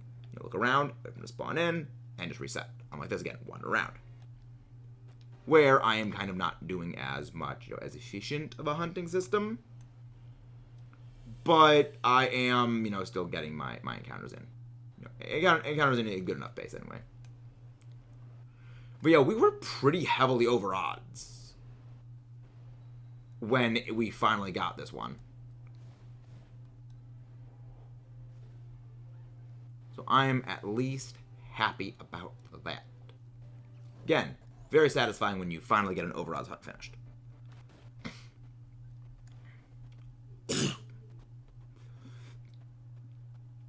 No.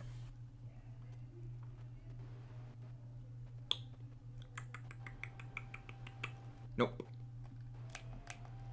Again, there's times the zoom in does not look like it's zoomed in at all.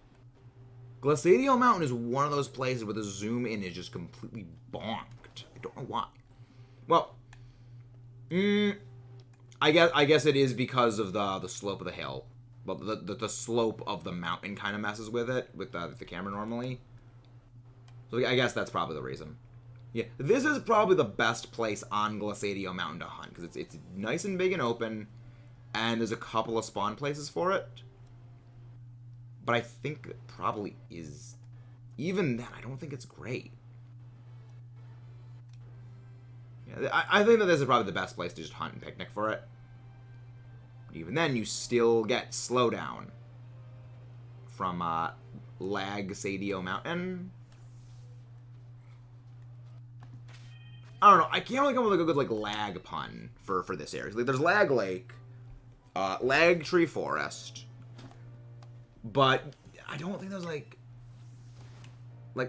Glacadium Mountain, I think, is the best you can come up with for a name for Glacadium Mountain. And I don't even think that one's that great. But again, we got one already. We got one of the Ralts we needed. And now we just need one more, which is good.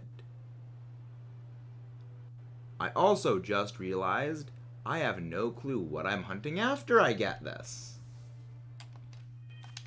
which is also good. Because as we have discovered, the game gives me my shinies when I have no freaking idea what I am doing after. Alright, we'll let them spawn back in. Oh my gosh, right as I'm saying I don't know what we're gonna go do after I get the shiny, we freaking find the shiny.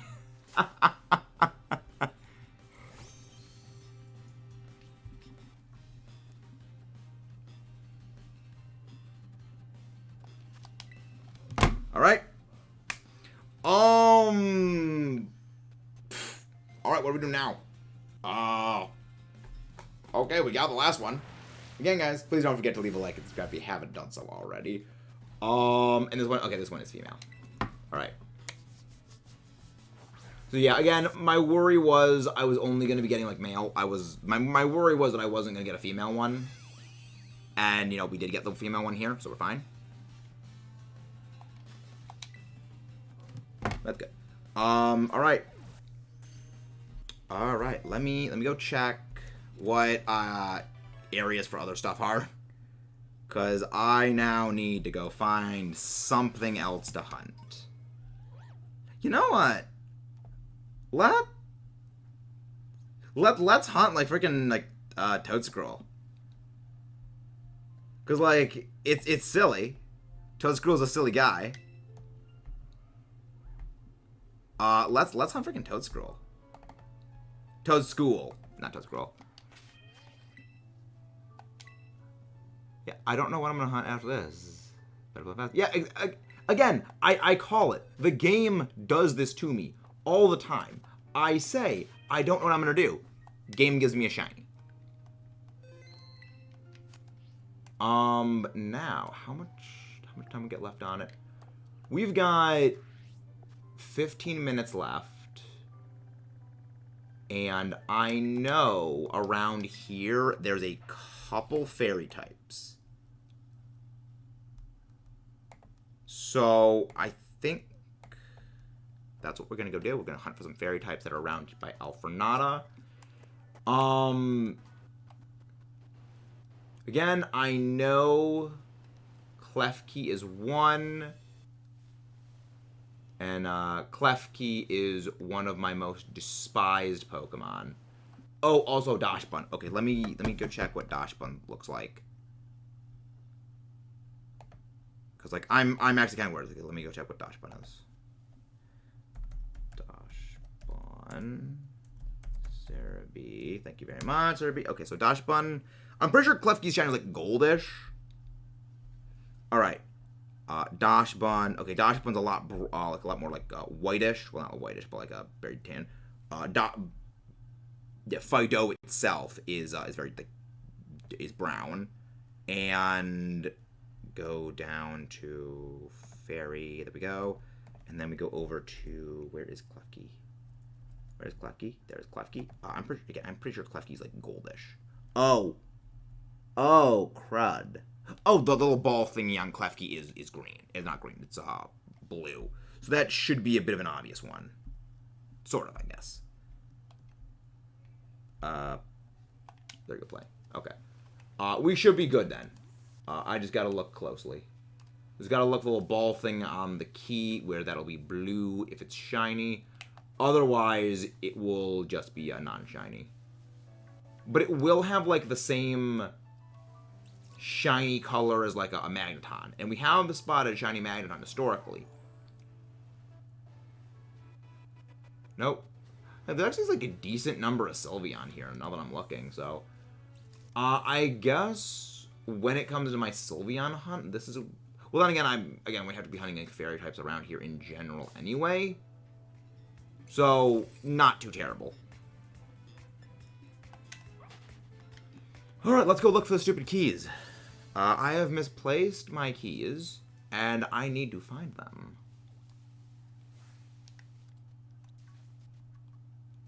Alright, you little stupid freaking Klefki. I honestly think of like most of the Pokemon introduced in Gen 6, I think Klefki might actually be my least favorite of them. I'm not a big fan of many Pokemon Gen 6 added. And Klefki is definitely my least favorite of them. So, good thing that happened not knowing keep the 60 kills. Gosh, reset forward doing 60. Yeah, you keep the 60 KOs. Yeah, it's not worth doing 60 KOs with a sandwich running because you just don't get enough. It's not as worth it. So when you get a shiny, like, otherwise it's actually very, very good.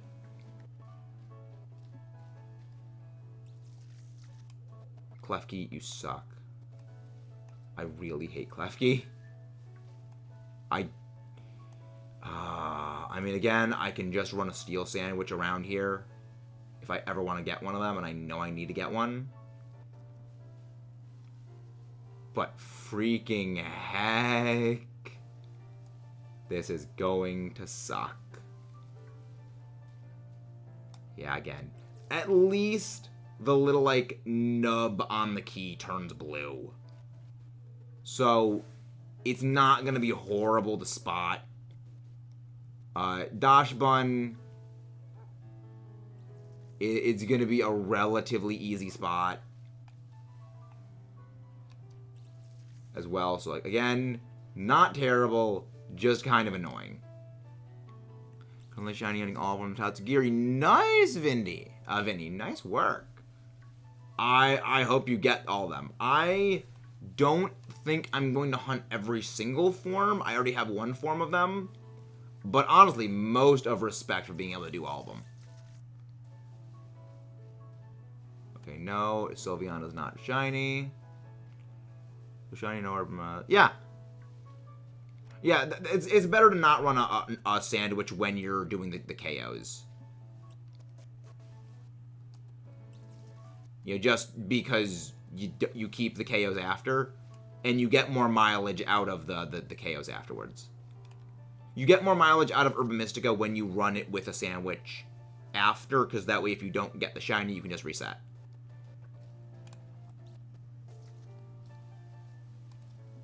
Okay, now looking at the little blue nub on the keys. Nope. Why are the spawns so spread out here?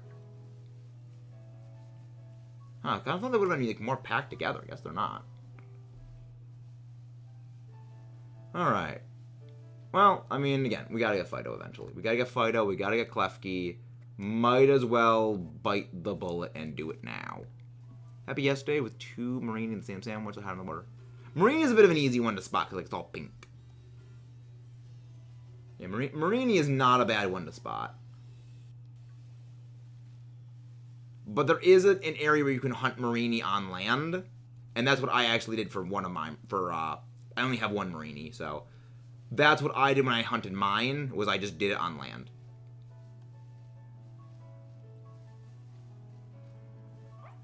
Is that? No, that's not shiny. It was like, it looked a little darker, but no, it was just the shade, the shadow. That is probably my least favorite thing about the shadow. Because of the dynamic lighting engine, it will make Pokemon appear, if their shiny is a little darker, it'll make it appear as though they were shiny. Because there's more in the shadow than others, and then the shadow is applied to the full thing. Oh yeah, we could have had a Meditite around here. Nope, no Klefki. God, Klefki, the Klefki hunting sucks.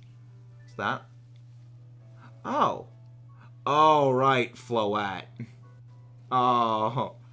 I forgot. There's also Floette. There is Flabebe.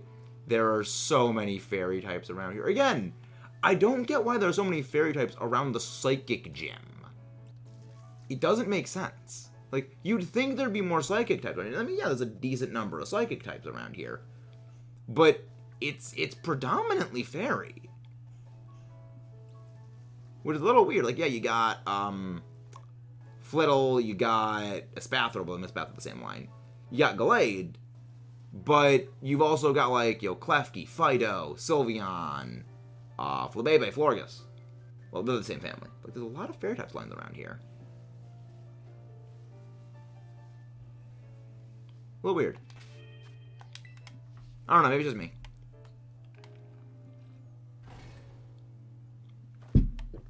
Oh, Tynamo is just tiny. It's just tiny. We're not hunting exclusively Klefki. We are hunting fairies in general because we already had a fairy sandwich up and running from the Ralts family we hunted. So we just went over here where I knew there was a lot of fairy types.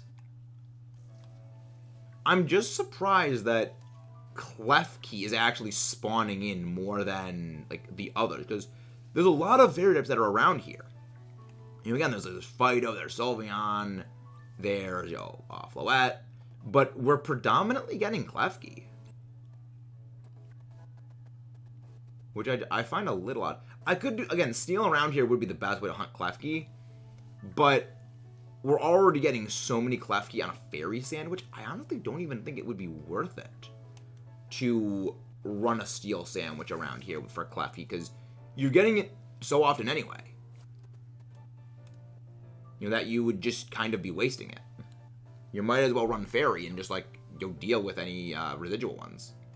Because that way at least you have boost odds of getting, like, Sylveon, you get boost odds of getting Fido, Dashbon.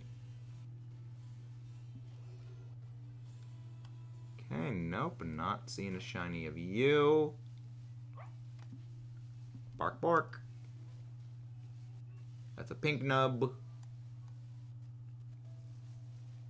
You are freaking tiny, Klefki.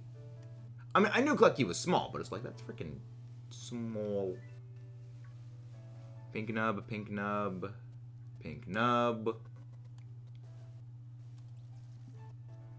None of you are sparkly doggles. Moving on. He spawns more in the mountains. That's what Outbreak usually spawns. The outbreaks are work very weirdly. There actually are not that many Klefki spawns in the mountains. There's not as many as you'd think. Predominantly, it's a lot of the other fairy types. Duggo. Duggo. Come on, Klefki. Give. I despise you, Klefki. Just give me your shiny. So that way, we don't need to continue to interact. You can just stay and rust in my PC. You stupid keyring. Who, for some stupid reason, is overpowered and broken. I do like that they nerfed swag play because of Klefki. It was just so obnoxious. Like, no, we're nerfing swag play. Like, we are nerfing the move Swagger because Klefki is that obnoxious with it. Granted, Swagger is an annoying move in general, so, like, nerfing it was good. But it comboed way, way too easily with Foul Play, because for those who don't know how Foul Play works, it deals with the attack boost your opponent has. So a move like Swagger, which boosts your opponent's attack stat, combos super well into a move like Foul Play, because that way you're just rebounding their attacks into them. And then just, like, max out your bulk on Klefki, so that Klefki can just, like, tank whatever the frick they can throw at it. Plus, and Klefki has the best defensive typing in the game. Fairy Steel is kind of broken defensively. It's got 2 weaknesses, Fire and Ground, and not really much either of them want to be doing against a lot of, like, status bullshit that Klefki's capable of throwing around. Because it just gets like, everything, and then it gets screens. And if you want to just break it with pure brute force, okay, well, Foul Play still rebounds your own attack set into you. So having a high attack set is actively negative.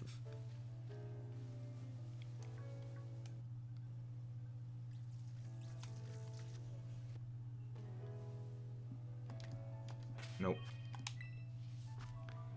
Hey, we're getting raided! How you doing? Hocus Pog, how are you doing? Welcome in, Draco. Welcome in, Andreas. Thank you very much for the raid. If you guys haven't done so, please don't forget to leave a like and subscribe. And can one of the mods please go grab Andreas's link? How are you doing? Peas for me's. How you doing? Hope you're doing good. What were you streaming over on your end, Andreas? Hope it went well. Welcome in, Fox55125. How you doing? We're just doing a little bit of shiny hunting. We even mentioned how probably not going to be getting too many more Urba Mystica gathering sprees until you find like a like super bonkers amazing raid. Because I'm pretty good on Urba Mystica right now. But how are you doing? How did it go? Thank you very much for that piece for me. Thank you very much. We were hunting Gardevoir, the Ralts family earlier in the stream. We ended up getting both Ralts on our third sandwich we were doing. So super happy for that. But now that the Ralts family is finished, and we found a random shiny Magnemite, Magneton, which is going for the giveaway, and we are now hunting for freaking Klefki. One of my least favorite Pokemon in existence, because I need it for the shiny living dex, which is pain. But that's what you do. Hosted some raids for Urba. Nice, very good. What were these still like the Titan raids? What? Game spazzed out. Like super mega spazzed out. Nope. Shiny Klefki, there's like a blue nub on the bottom of the key. So all we gotta do is just look for that. If it doesn't have the little blue nub, we know it's not worth our time. Picnic. We didn't check for the marks. Thank you very much, Mr. Toast. Like that fight, we didn't check for marks yet. But we will probably take the effort. But yeah, like thank you very much for that. That Mr. Also, can we please get Andreas's link again? Thank you very much for like that comments on there. The fight with Timmy was so nerve-wracking. If you guys haven't done so yet, I encourage you to check out the link. Encourage you to check out the battle with Timmy, the Elite Battle League Week 3 Togekiss of Death. That was a mega nerve-wracking fight just to plan for, because Timmy and I were just talking, back and forth, just in the days and like the week and then some before our battle, just kind of like joke, witty bantering back and forth about oh yeah, I'm gonna sweep with max speed Bisharp, I'm gonna Uno reverse you with Gigalith, and just all like just stuff just going back and forth like that nonsense. And we also noticed, like, towards the end when we started, like, really knuckling down about the battle, that our teams kind of countered, like, blow for blow one another. That neither of us had a decisive edge over the other. Because Timmy goes all aggressive. He goes in, like, like, modest, max attack, max speed, and just, like, hits stuff really, really hard. I go a little more tactical with, like, status and things, but he had Mewtwo. Something that outspeeds my entire lineup and can one-shot everything I had. So it really became, like, this battle of the wits, where was it gonna be his pure aggressive team could break through me, or was it not? And it was just, I said in the video, I was so stressed out and worked about it that, like, I felt like I was gonna be sick to my stomach. I never underestimate my opponents. I never underestimate them. I had 3 pages of notes I took on damage calculations, damage ranges, and, like, just potential plans for fighting Timmy. And there were a few times I was like, don't, go back to follow the plan. And that was a fight. Alan had me on my toes. I made a few misplays. It would have cost me the match, but do it at a time. It was, again, battles are great. Like, I love the EBL. It is so much fun. I've been watching Sly's matches. He's been going crazy with that Zygarde. Like, I don't know who in the league was smack-talking Zygarde, but just the insane shenanigan that Sly's been pulling out with that thing. It just, no, just like the Zygarde sweep. I really hope when I get to playoffs. Yeah, I look up calculus a lot before the fight. Like, week 1, a little peek behind the curtain for my battle prep. I ran probably 50 different damage calculations just for Dorman's Galarian Darmanitan. Like, that Darmanitan scared the frickin' crap out of me. And obviously, it scared the crap out of me, rightly so, because that thing is what ended up bodying me. Like, because Sly and I were talking yesterday, that Zygarde is not a Pokemon, especially a legendary, that does not have, like, the famed legendary absurd stat for offense. You know, its offensive stats, I think, are like 100 or like 101 for physical attack. It isn't very high when you compare it to things like, say, Dialga or Palkia. You know, there's only I think, one box art legendary that has a lower offensive stat than Zygarde, and that's Lugia. And like, Lugia is literally the unkillable wall legendary. So like, its pure thing is bulk.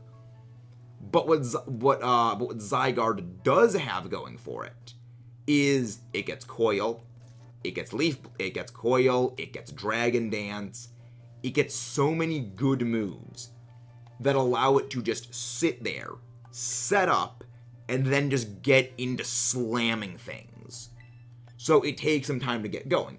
It's a lot like Celesteela in that way, where the threat posed by the Zygarde isn't just, I punch you really hard, it's, I sit here, I Dragon Dance up, and then I punch you.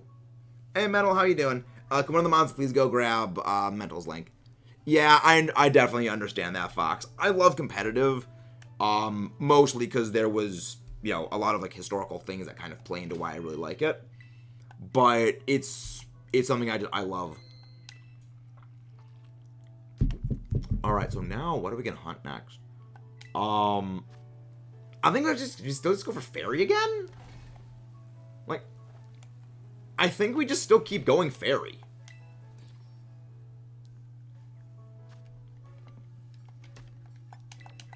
Tomato, pickle, pickle cucumber. Again, guys, please don't forget to leave a like and subscribe if you haven't done so already. Is it her menacing and kill you? Yes, exactly. Because Celesteela just sits there. And thank you, someone else who knows that Celesteela is based on Princess Kaguya. Yeah, I would say when it comes to competitive, Celesteela is the most threatening Pokemon, point blank. That it has so much move access. It has Leech Seed. It has only 2 weaknesses, Electric and Fire. And it has absurd defensive stats, an absurd defensive typing, free sustain in the form of Leech Seed or Giga Drain. I think that Leech Seed is a lot better. But, you know, Giga Drain is there. It gets Electric moves, Fire moves, Grass moves, Steel moves, Flying moves, Ground moves, Fighting moves. It gets, like, almost anything you can imagine. For Meditite, either or works. You can do either sandwich. It depends on like where you're hunting. I'd say if you're around here, you're probably gonna want to go with a Fighting Sandwich. But yeah, it's Celesteela is terrifying. Intrinsically, I say Celesteela is like the most terrifying there is. Then after that, I would say Urshifu Water is the most terrifying. Then after Urshifu Water is like Mewtwo.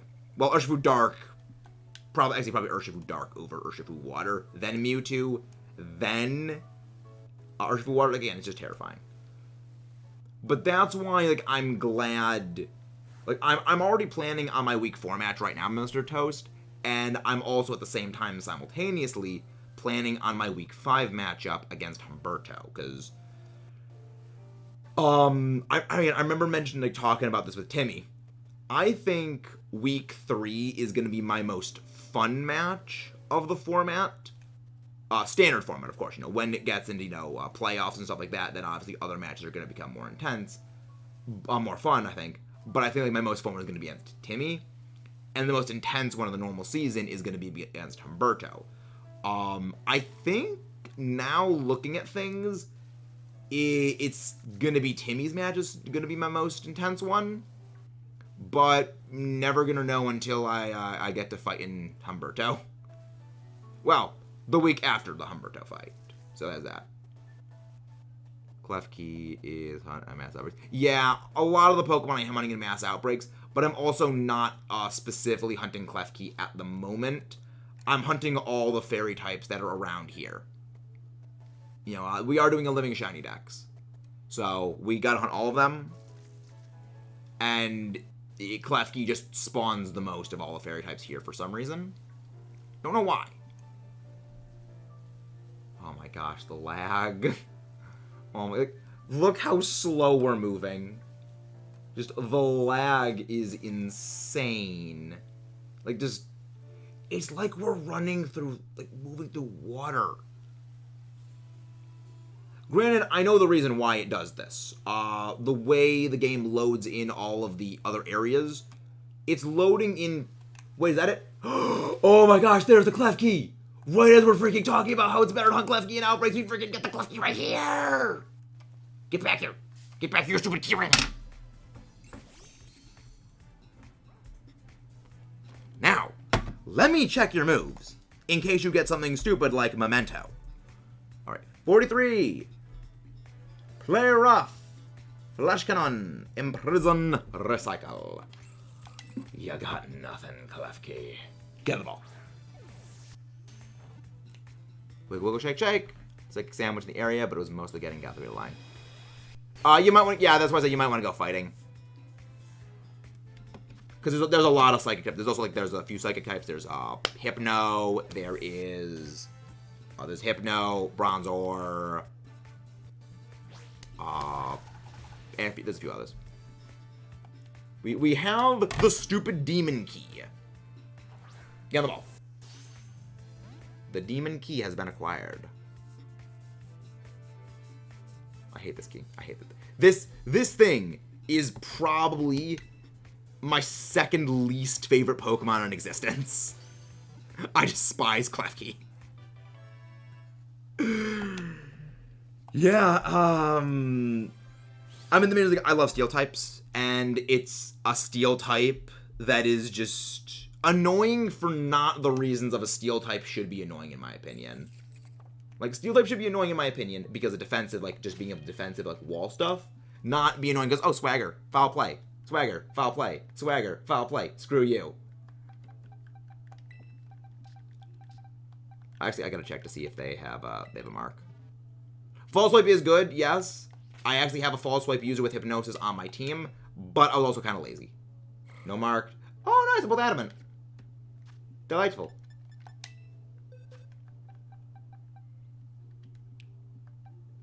Okay, no, none of them have a 0 speed nature. Alright, I guess we just keep hunting around here. We just keep hunting. The main reason why the Volcarona was in the lead slot of my party is I was hatching some eggs, and a Volcarona's my Flame Body user. So I was like, okay, well, we just keep hatching some eggs. I'm actually thinking now at this point, it might be better to probably switch over and switch back to our Masuda Greninja hunt.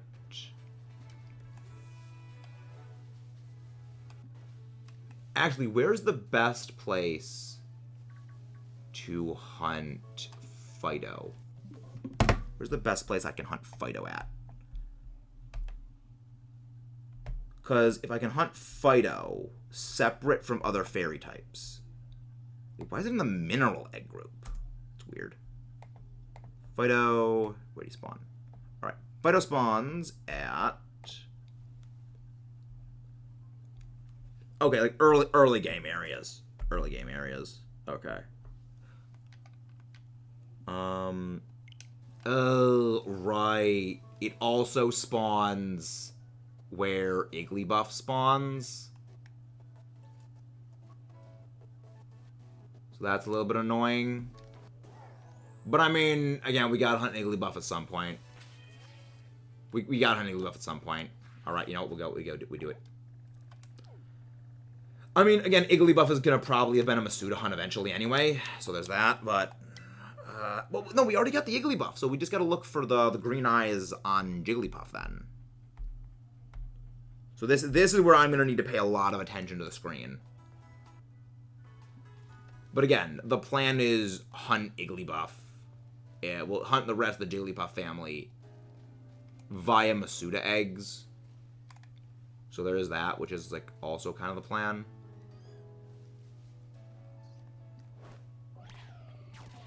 I know they are of your clan, Omar, but I must hunt them.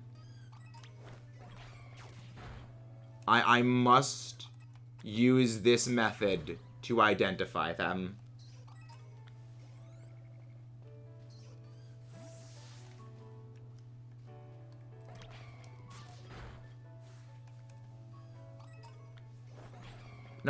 No, iron leaves. Yeah. Iron leaves. Normally, I know a lot of people give it crap, but it is bar none one of the absolute best overland clears for like just Pokemon in general, because it just moves so freaking fast. It's so good.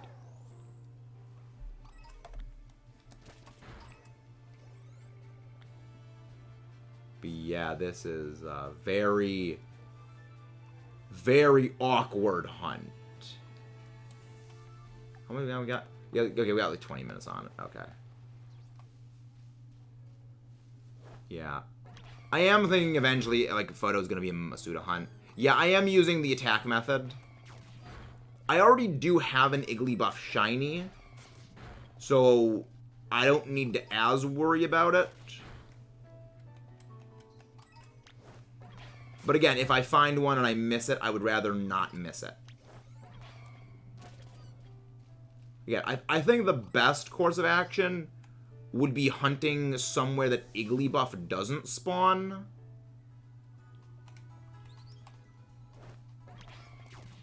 But I don't know if there is a place where that happens. I found that Gallade is a little fast. I found that Iron Leaves is a bit faster because it just moves so freaking quickly. I wouldn't doubt if there are other things that are faster, but I've just found of the things that I've tested, Iron Leaves just freaking books it like a Mach Infinity.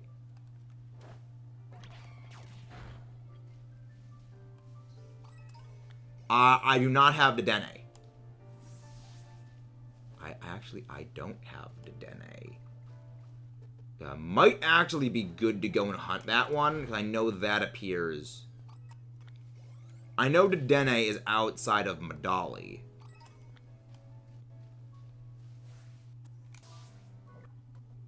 Because I do need to come here anyway to... Well, no, I'm going to be breeding for... I'm going to be breeding for that. Actually, yeah, I think we'll go hunt Medali. Yeah, I think that we'll go hunt around Medali for the Dene, because I know the Dene can be a little annoying to get. Hey, Bird Hunter, welcome in. We're getting raided. Yeah. Medali, the other place of nightmares from freaking the Zorua hunt. Oh right, yes. Jigglypuff is here too. So is Igglybuff not here then? And we also get Fido spawns. Thank you very much for this suggestion, Fox. I did not realize it was this good.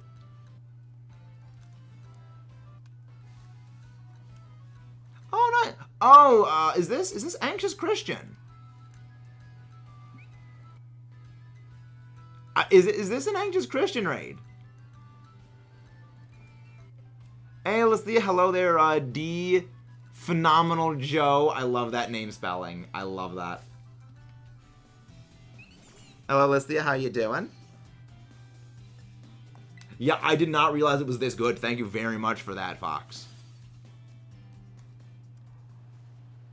And also, I don't need to worry about Oinkalongs. I already have Oinkalongs shiny.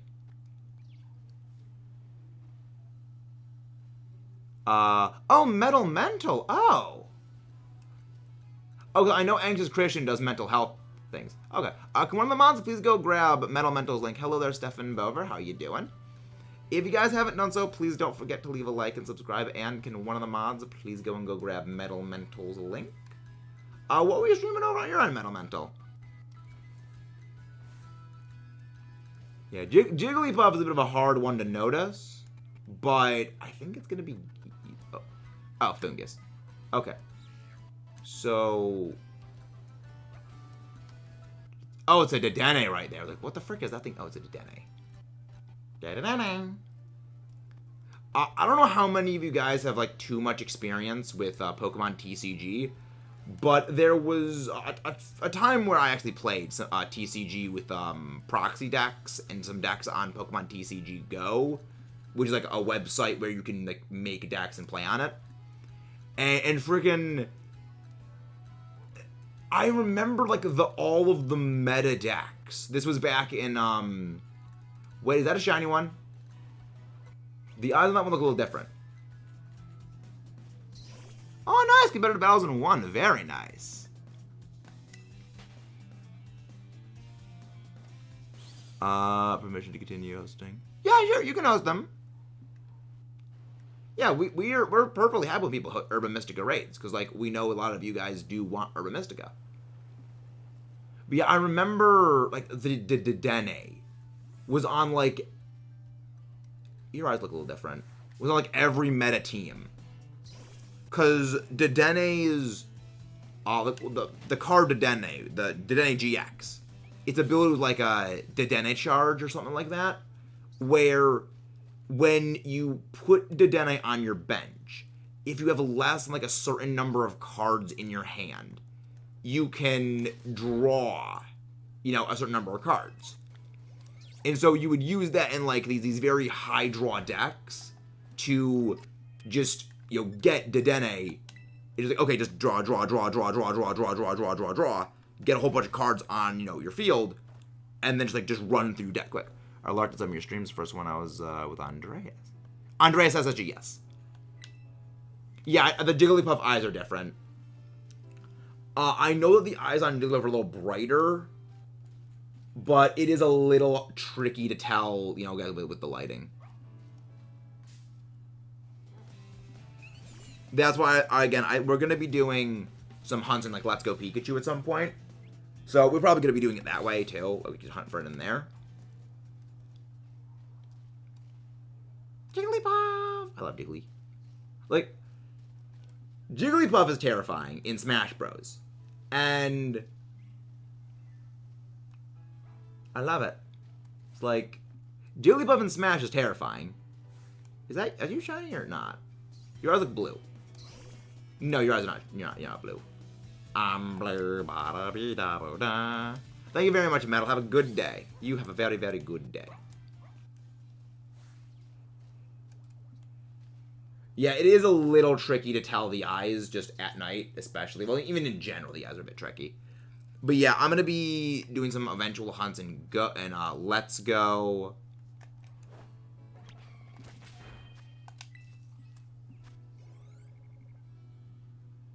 Ooh, 6 water for Rigorath. Yeah, Kirby Mimic. Thank you very much, D Phenomenal. I love the spelling of that. I love that name.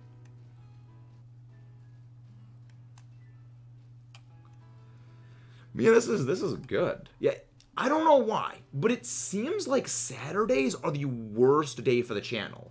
And they're just like every other day is like, it's good. So we bounce back like just super well. Oh, by Metal. You're not saying goodbye, Phenomenal. Okay. Sorry, I misread. My brain is smooth. I have smooth brain moments many, many times.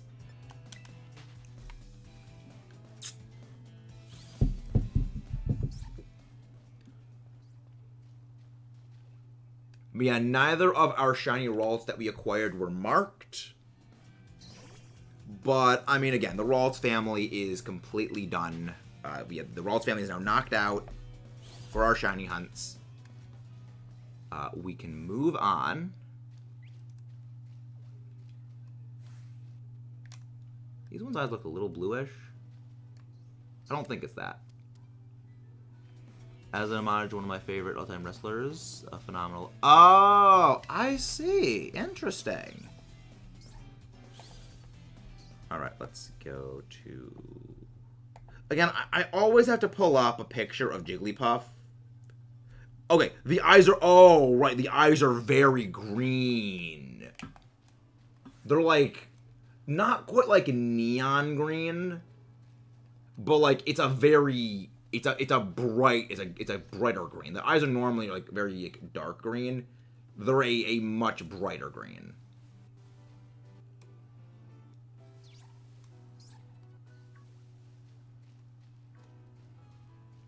So yeah, okay, so now that I know that, I think we're gonna be better off. Yeah, it's not this. Yeah, I thought they were darker. No, they're actually lighter. Also, the body is like a bit brighter as well. So like a more whitish pink. You know, those eyes are very dark.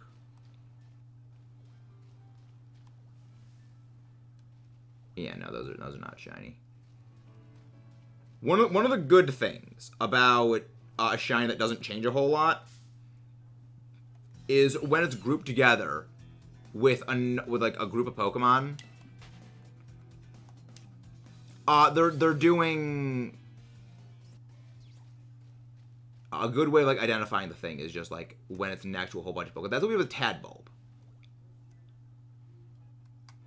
Which I gotta say, I think that Tadbulb hunt was probably my least favorite shiny hunt we've ever done. Aside from okay, I go back and forth on this all the time with the Ho-Oh shiny hunt, because on the one hand, I loathe that Ho-Oh shiny hunt with a burning bloody passion.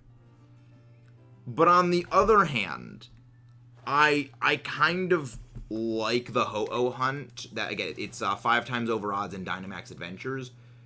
Just for the almost like a mythical meme status. That it's over 5 times odds. It's Dynamax Adventures. It's been going on for over a year. And it's one of those things that I just find hilarious because it's just such an identity now. It's like morphed into its own beast. So it just goes like a source of comedy.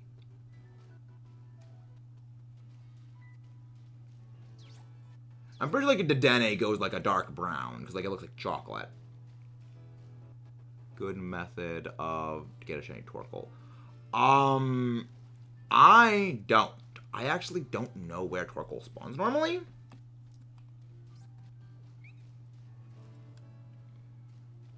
But yeah, this is honestly Medali is like the best place to do this. The Medali is like absolutely legendary now.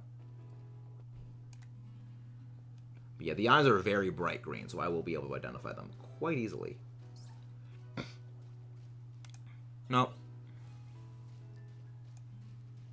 Yeah, I know what like the Denny looks about, but I always like to pull it up on Cerebi.net just to get a look at it again to see like, okay, this is what it looks like, just to make sure. Because I'm paranoid. I like just making like triply, double, quadruple extra sure. That's the generation. There we go. Yeah, it looks like chocolate. It looks very chocolate. Like a Alolan Raichu. Hello, Sudowoodo. I already have I have a shiny Sudowoodo in Legends, so that's gonna be that's one off the list. I wonder if the I don't think the Dedenne here are counted as like static spawns because they're not appearing in the same spots. Because static spawns are not affected by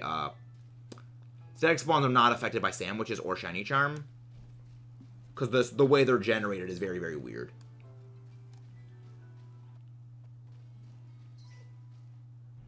Nope. Because the Pokemon is always meant to be there no matter what. So they have to generate them independently, which means the way that they're generated is independent of things like the shiny charm. So it has to roll them before the shiny charm is ever considered. So they are never affected by it. It's also why like soft resetting for them doesn't really work. There's a whole special process for soft resetting for them.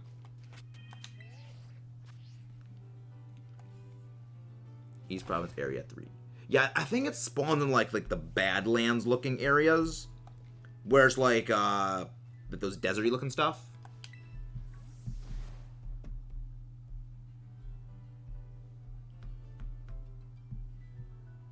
Like the deserty looking areas. Let me check something. You know, we're doing good on our stuff. We are ahead of schedule. Jigglypuff. Jigglypuff. Unironically, I actually do really like the Jigglypuff singing song from the anime. I do really like it. I have listened to it. That's not... Okay, no, I was like, that's not shiny over there, is it? Like, no, it's not. Near Lag Tree Thicket. But I'm pretty sure you also get spawn interference from like cart coal over there. So that could be slightly problematic. Like, it's really not a bad singing voice. I really like it. Like, it's a very soothing song. Yeah, unironically, it's a very soothing song.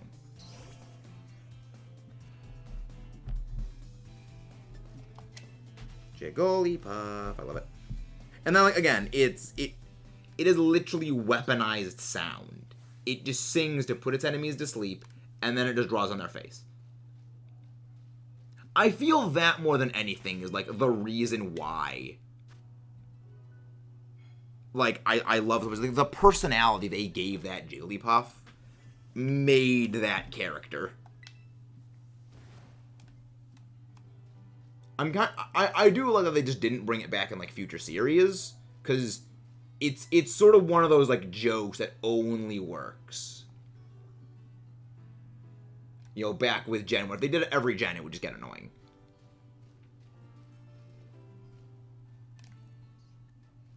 Hello, Dedenne. Dedenne. Dedenne. One sec. I think, actually, it might be time for dinner now that I'm thinking about it. I actually will be back. It is time for dinner.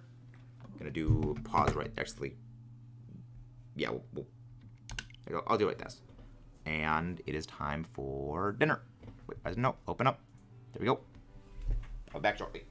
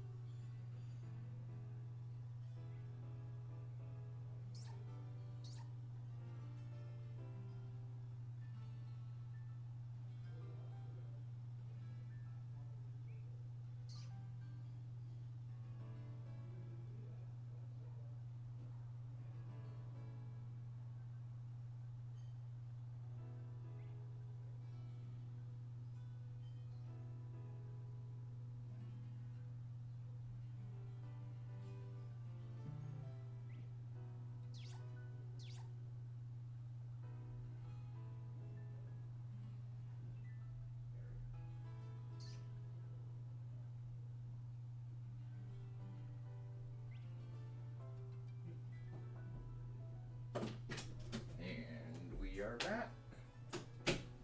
Kind of surprised, like, that was a pretty fast dinner. There we go. There we go. Let's get rid of the dinner thing. There you go. Oh. No sandwich. No shiny mean.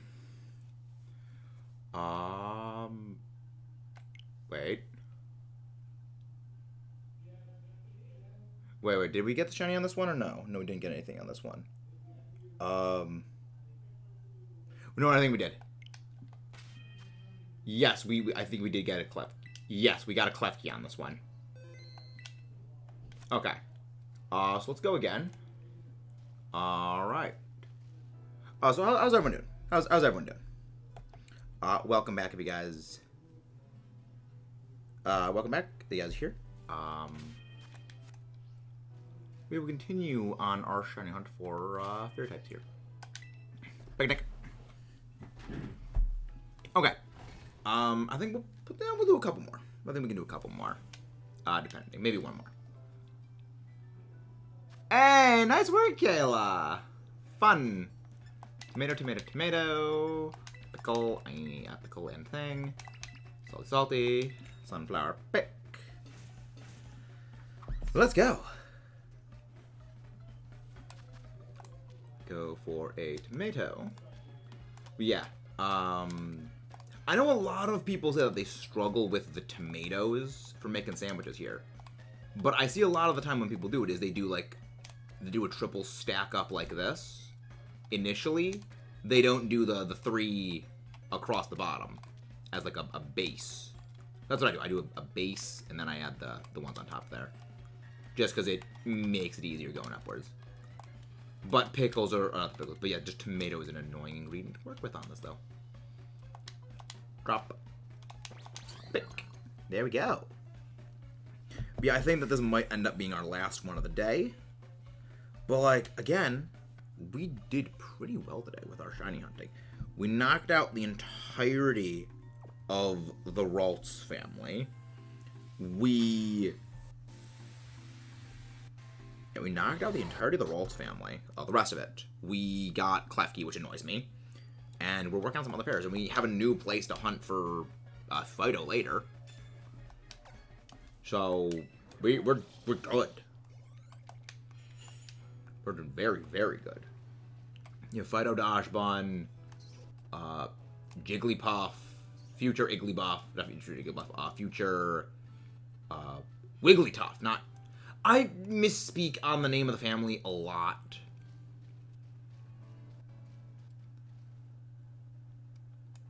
Are you? No, you're not. Okay. But yeah, like this is I think ideal. Also, again, Dedenne is an annoying one to eventually get. Granted, I know Dedenne is one that I could also get via Dynamax Adventures, but I'd prefer to do it this way. No, you're not shiny.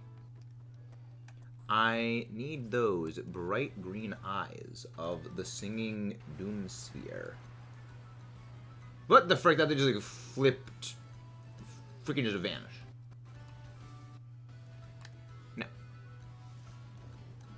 Pachirisu annoys me. Well, then again, if I don't even get the Dedenne's shiny, I can always just use an electric sandwich, and then hunt for Pachir.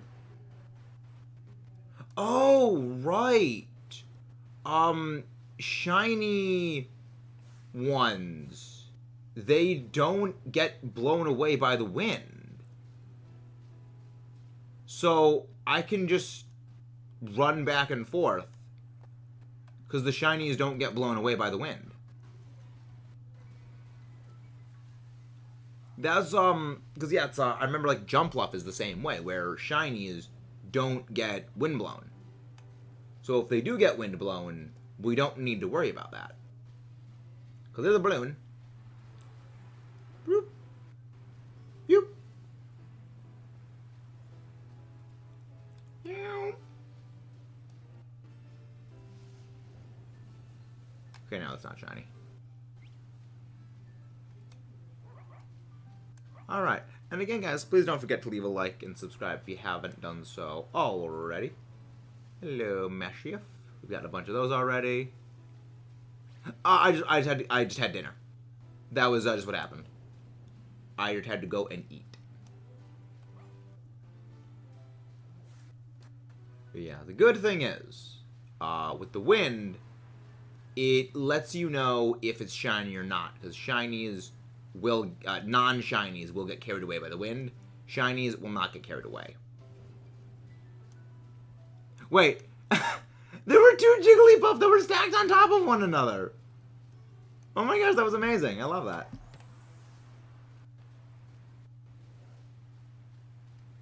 Tropius. Picnic.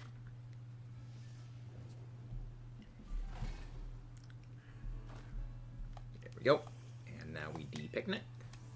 But yeah, I think other than that, we're going to do, maybe depending on how long and when this ends, we'll do maybe a couple of eggs. Well, then again, we already did like 10 Froakie eggs today. So, Froakie is annoying me. Yeah, again, it amuses me just like the blowing away of the Jigglypuff. They amuse me. But also, they're okay. They're fine. Just... Oh. That was funny. Just bonk. Slams into you like that. Goodbye, Jigglypuff. I'm glad they can't be blown away out of the fight. But, yeah, it amuses me.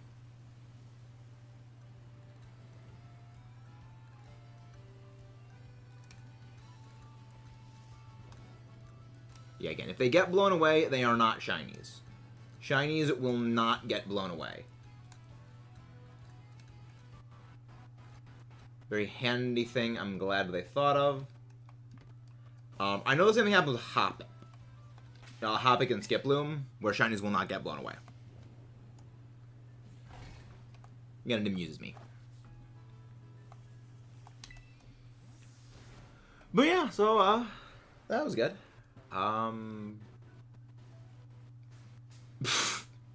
Again, it just...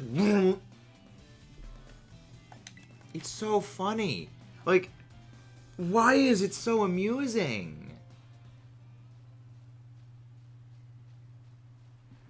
Yeah, our hunts today have been not really that lucky. I mean, we've gotten...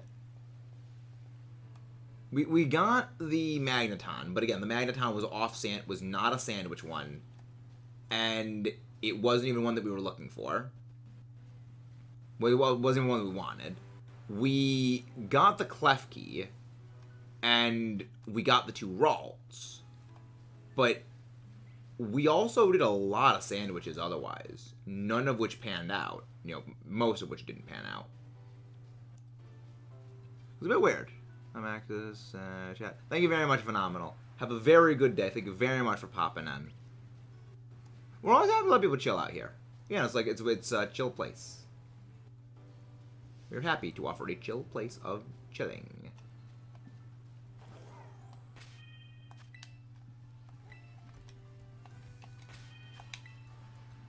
Yeah. But yeah. Okay, there you go. The rain's finally settled out. I'm glad this isn't like with Scarlet and Violet, not Scarlet and Violet, like Sword and Shield, where certain Pokemon would only appear during certain weather conditions. So I'm glad that they changed that.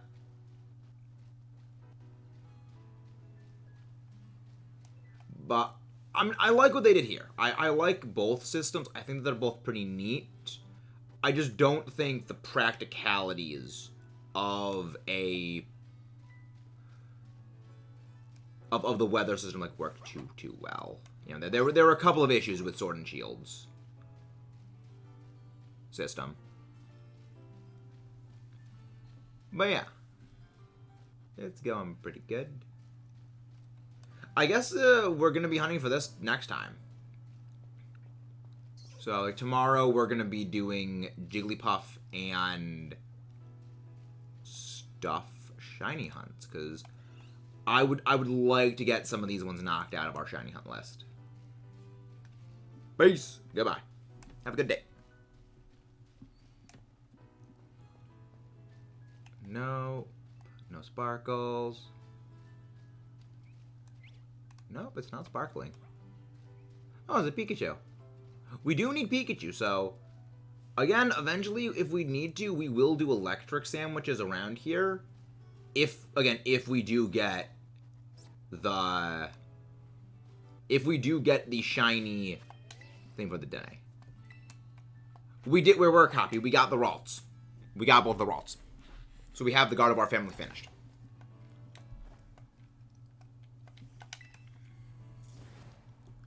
Yes, the Gardevoir family, we finished it. So we moved on to other things.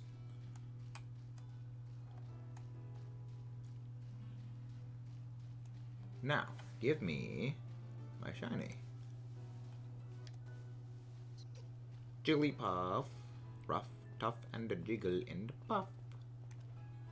Hello, Potato Cubing. Been a while. How have you been? Hope you've been well. Jigglypuff. Jiggly. I didn't miss too much. I think that, yeah, you just basically just missed me going to dinner. I had dinner and got back pretty quick. And now we are just continuing our look for the Jigglypuff. The thing that also refuses to sparkle. However, I can kind of understand why this one's going to take a while. The amount of spawns we're getting for this are just not very high. Oh my gosh, right as I'm saying, we just not a whole lot of freaking shiny spawns. We're freaking get a shiny Dedenne. Alright. There's one. Honestly, you match a luxury ball pretty well. Doing pretty well. Don't forget to leave a like and subscribe if you haven't done, guys. Shiny Dedenne. If we don't get a shiny Jigglypuff on this, we at least made progress. Again, we got Dedenne. Dedenne. Save the game. Delightful. Delightful. I love it. Let's get looking. Let's get looking for our Jigglypuff. Nope. Yeah, Jigglypuff's one that I know is gonna end, like, I don't know, I like Jigglypuff. It amuses me. But also, it's a shiny that I don't find amusing. Because it's just such a hard one to spot. But it is very amusing how it just waddle, waddle, waddle, waddle, waddle, waddle, waddle. We already got the Igglybuff. We already have an Igglybuff. So, if we just come here, we can still, get more of them in the future. We also do need to hunt Fido and Dashbun, which, are going to be future problematic hunts.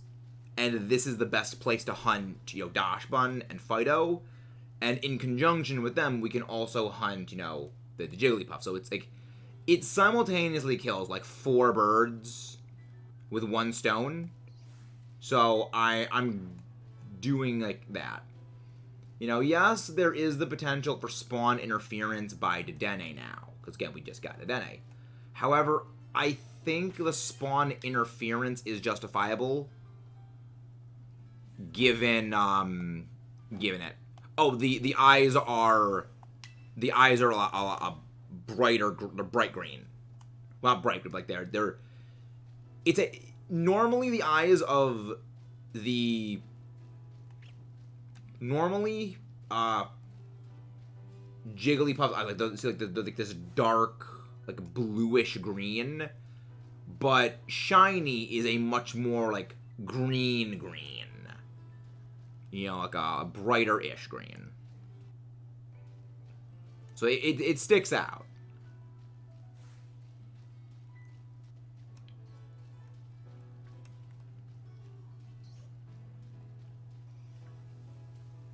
But yeah, Medali, I think, is probably the best one.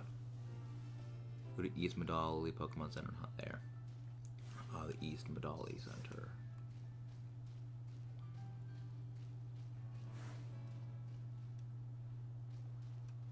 Yeah, Igglybuff is, like, non-existent. Like, the Igglybuff that we got, we actually accidentally stumbled onto that shiny Igglybuff. So, I am thoroughly pleased. Because that one we don't need a Masuda hunt. Yeah, we got the most annoying one of the family already knocked out. Go to East Medali. I went over to the East Medali one, and I didn't really see a whole lot of them. But I guess we can go try East Medali again. I just didn't see a whole lot of them over there.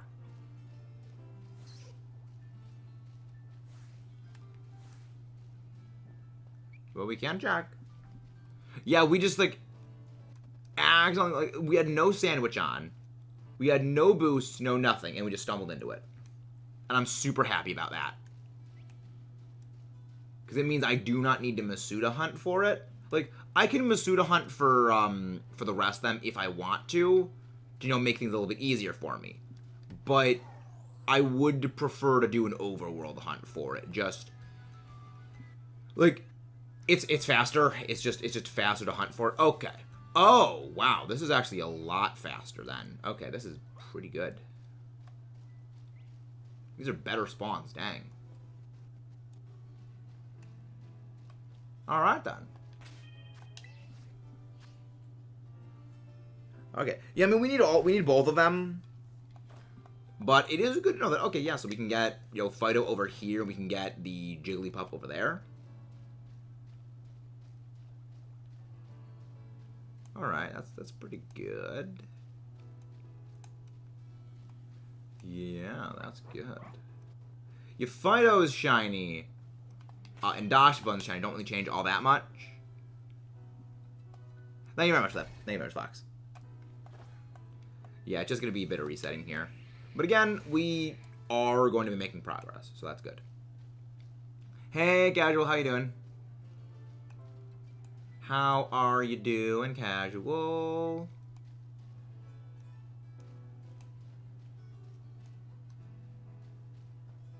Hey, Kayla, how you doing? Thank you very much for that, Kayla. There's a lot of Dedenne also over here. Again, guys, please don't forget to leave a like if you haven't done so already.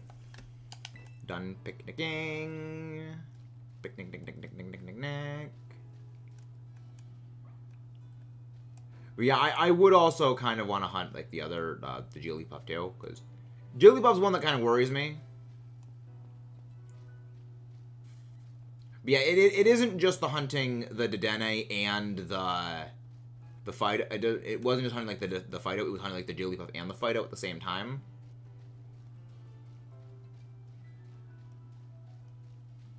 And we're not really getting Jigglypuff over here.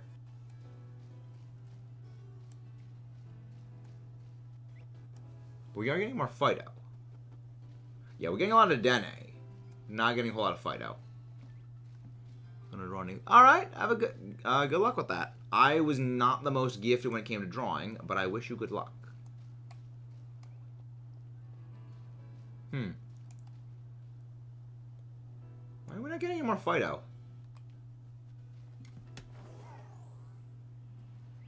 Yeah, we're not... I guess this is like bad luck with the spawns. That's not really many Fido here now. Otherwise, yeah, again, we'll just go to the other side and we'll hunt the Jigga there.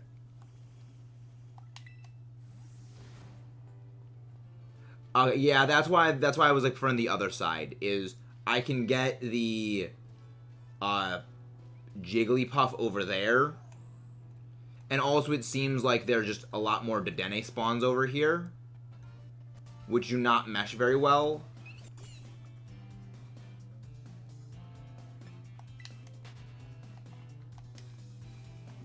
Yeah, it would be better to hunt like where I can get the Jigglypuff, because with the Jigglypuff, if I can hunt multiple Pokemon synchronously, I think that's preferable.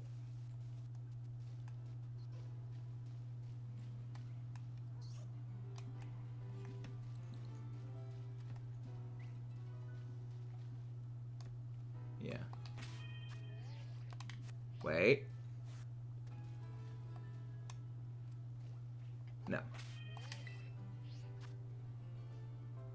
Well, no, we need Sparkle Power, is what it is. We're running Sparkle Power in level 3 Fairy Sandwiches. Because that's what we're doing. We are running Sparkle Power.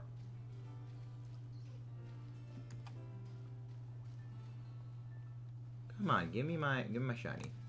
Give me my Diggle. There is no such level for that high. That would be very good, though. I wish it was that high.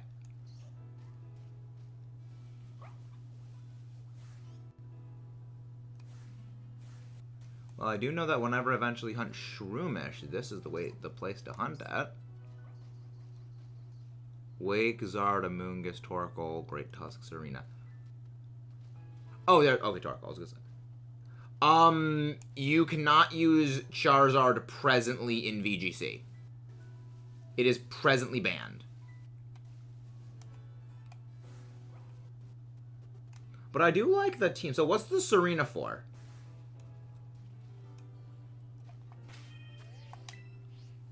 Yeah, honestly, like, freaking Walking Wake is insane. Walking Wake is just absolutely insane when it comes, because it's the first, and I think, like, only water type that doesn't get, like, absolutely super punished by Sun, and absolutely just benefits from Sun. So it's just freaking terrifying. I know, but I was meaning for, like, you know, if for the mainline fights, for, you know, for mainline VGC, it wouldn't be usable in there. Because, like, with Showdown includes legacy moves. And Showdown also, like, includes combinations of moves that cannot actually exist. As well as, you know, Smogon's Showdown battles are also, like, you know, 6v6 battles, as not opposed to 2v4, as opposed to, it's a 1v1, it's a best of 1 6v6 versus a best of 3 4v4, where in a best of, you know, 3 4v4, the team moves are completely different. Raph is, and you, and Smogon. But what makes Farigiraf good is it gets Trick Room and a lot of other stuff. Yeah. Again, Smogon is singles. Smogon doesn't rate things for doubles. So, you know, stuff can be really, really good in doubles. And be really not good in singles, which is, like, Farigiraf is one of those. Nope, not seeing my shiny. Yeah, one of those is very much Farigiraf. Like, sort of an opposite case, where one is, like, really, really good in singles, but, like, is garbage in doubles, is Skarmory. Like, Skarmory is crap in doubles, but historically, it's not in the current game, but, like, it's super good in doubles. It's super good in singles, it's crap all in doubles. Because, like, it's just, Kit does not translate well to a doubles format. Well, I mean, like, mostly, like, to the intrinsic way in which doubles is made. Because doubles is not about switching out. Singles is very much about switch outs.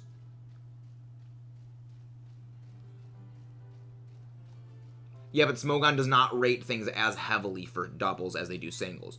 Smogon focuses pretty much mostly on singles, and if they can, they do stuff for doubles, but they will very rarely do stuff for doubles. You know, they don't put as much of a focus on it. So they don't go into as deep of stuff with it.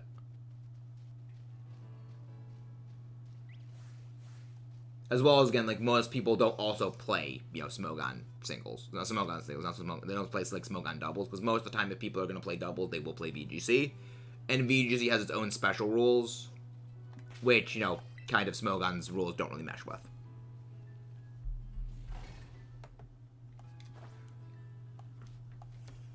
Done picnicking.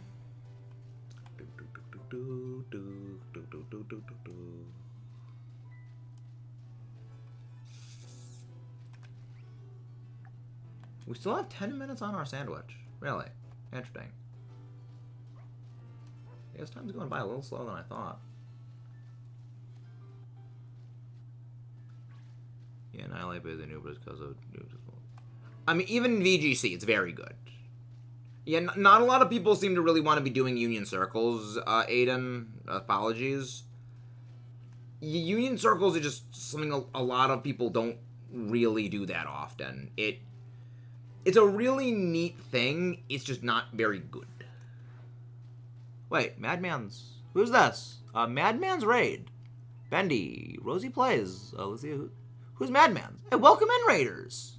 How you guys doing? Thank you very much for coming in with that raid. Taro, TVQ, Charizard King, awesome name. Lady Papa, hello there, welcome. Was that a shiny? Oh my gosh, that's a shiny Fido. That's a shiny Fido! Let's go! No, there we go. There we go, we got it. We got the Fido. Thank you very much, Raid Gavin. Thank you very much, everyone. So who are the raid leaders for this? Zed and, Madman Micro Wayne. Welcome in, thank you very much for that. If you guys haven't done so, please don't forget to leave a like and subscribe. But what were you guys doing? So a collab, interesting. What was the collab thing doing? Okay, so we got Fido, and now we got the, and we got the Fido. Okay. Good progress today. Very good progress. Fido. Good. Welcome to the team. Get a thing. There we go, Fido. There we go. Save the game. Save. Oh, microwave. Oh, okay. Sorry. Smooth brain. I'm very smooth brain. Thank you very much for that. And you guys came in right as we got the shiny Fido. But nice. I played some Pokemon Unite. Very nice. We have been streaming. Good. Hellline for Excalibur. Depends on what his moves is, but I would say, probably Assault Vest. I'm just a big fan of the Assault Vest in general. But yeah, we today have gotten 2 Ralts, which means we completed the Gardevoir family, the Gardevoir Ralts, Gallade family. We have completed the Dedenne. We got a shiny Dedenne. We got 1 Fido. We got a Klefki, my second least favorite Pokemon in existence. And now we are hunting for Wigglytuff and some other fairy types. This actually is our last sandwich we're going to be running today. But thank you very much for that. I'm glad we got the Fido. If you guys haven't done so, please don't forget to leave a like and subscribe for more. We are going to be doing a bit of a shiny giveaway. Also, we got a shiny Magneton. We already had Magneton in our shiny living decks. So that is going for the shiny giveaway we're going to be doing in the future. Because we have an entire box full of Pokemon that are, spare shinies that I've gotten in just the ensuing time of doing the living shiny decks. I do not have a shiny Charmander yet. Shiny Charmander has been delayed countless times because Froakie does not want to sparkle. We have gone over double odds for the first Froakie, and then we got it. We are now over double odds again for the second Froakie, and we still haven't gotten it. So, we would have been resuming hunting Charmander if it wasn't for Froakie being a freaking shoe.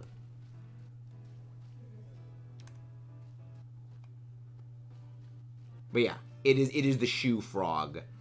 And there is a very good reason why you are... Actually, no. No, I don't dislike Greninja more than I dislike Klefki. Klefki is more deserving of the number 2 spot of hate than Greninja. Greninja hasn't quite scarred me in the same way that Greninja has. Hey, Tommy! How is Dragon Dance Tommy? How is Tommy? How is the Tommy? But yeah, we got the thing. I think this might be probably our best place to hunt for Jigglypuff, but see how we got some spawn interference from other stuff. But yeah, again, hunts were great today. Knocking out the rest of the Gardevoir family is great. Pokemon Ranger plays. Is Excalibur good for Trick Room? I would say Excalibur is good in and out of Trick Room. It's good because the thing about Trick Room is you don't want hard Trick Room pressure. I've run a couple of Trick Room teams historically, but an issue that Trick Room teams run is that when they are out of Trick Room and the team is entirely hard Trick Room, they don't have the pressure to apply outside of it. But you generally want something that is like good in Trick Room, but can also do a bit well outside of Trick Room. You know, you want a little bit of balance of both. Shiny Hunted and got Shiny Charmander using it. Nice. Yeah, that's how we're doing it as well. We need to be Masuda hunting the Charmander. I have a friend who has been shiny hunting it in Fire Red with soft resets, and I'm not crazy enough for that. But I know people who are. One of them is my friend. But yeah, thank you guys. Alright, let's get freaking Shoe Frog. Also, for those who have who are new to the channel, this week, Decidueye is going to be coming to the level 7 Terrastall raids, and we're going to be putting out a guide video for like what are the best things to do to beat Decidueye, and it's going to be great, because I feel like Decidueye is going to be a bit of a breather. You know, with respect to the previous level 7 Terra raids, where the AI freaking cheats, I think Decidueye is going to be, like, relatively easy. You know, it's still going to be strong, but I think that it's going to be much easier to handle just because the options that can be used against it are much stronger.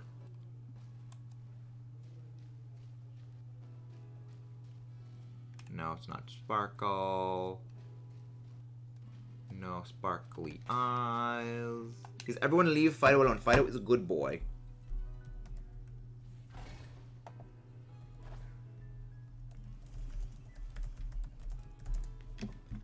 But yeah, Decidueye, yes, Thursday, right, Thursday is coming. So yeah, so Decidueye is going to be your Thursday. The guide video is probably going to go out Thursday as well. And we are going to be, like, super planning to beat it. It's going to be a pretty easy raid.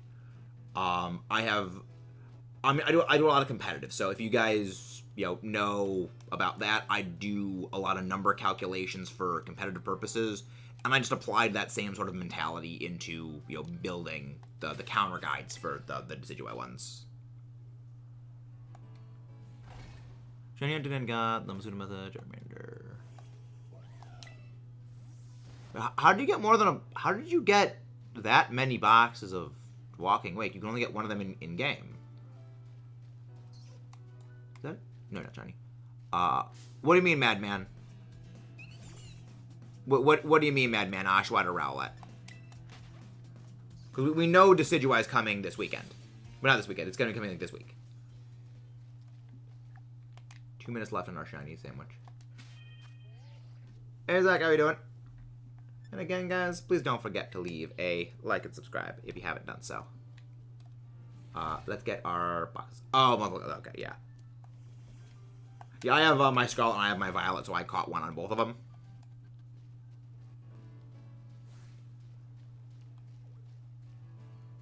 I have both of them, which is good. And then I have another set of them. I have a feeling, though, that we are going to be able to get a bunch more of them. Oh, that's a hard pick. I love both of them. Like, I love Oshawott. It is my favorite starter from Unova. And I absolutely adore all of the starters from Alola. So that is an extremely hard pick.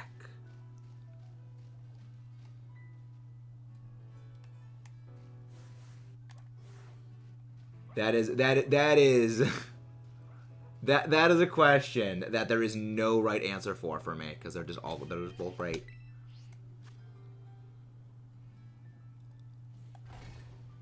More than half of one.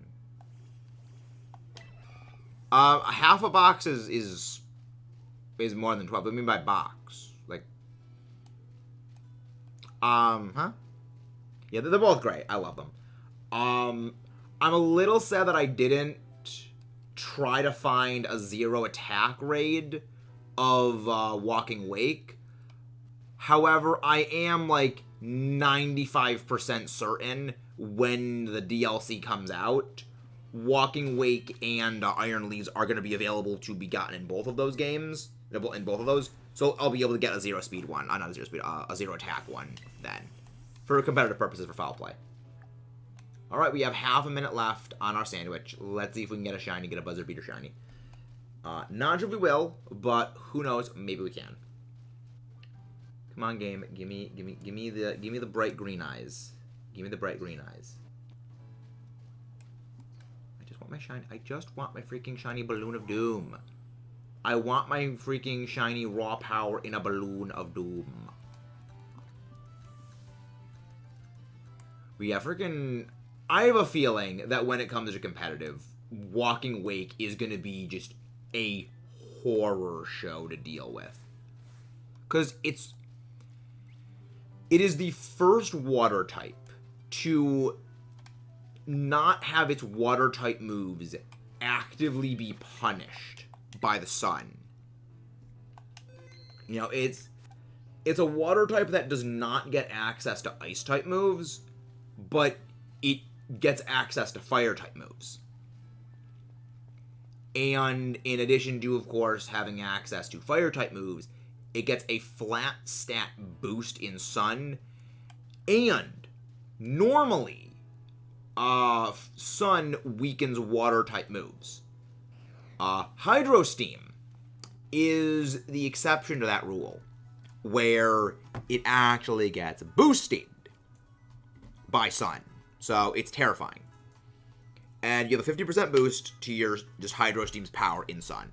You have a 30% boost to your special attack when you're in Sun. And it's just horror mode. And it's just, I do not want to deal with that competitively unless I'm running Sun. Or, I honestly think that this is going to make Gastrodon, like, rise in terms of just, like, competitive prowess again. Because, like, Gastrodon is one of my favorite Pokemon of all time. I love Gastrodon. It's one of my favorite Pokemon to just play competitively. And I think it's going to come back and just be even better. You know what? I think we're going to raid Puffin. It's been a while since we've raided Puffin. Yeah, let's... It seems like Puffin might be winding down. We'll go raid someone. And I was doing Smash Bros. I have my microphone moved in front of my camera somewhat. Not my camera, my display a little bit. So it's kind of hard to see some stuff. Okay, let's see who we could go do. Who we can raid? Ball Gamer. Take Bald Gamer's like pop it.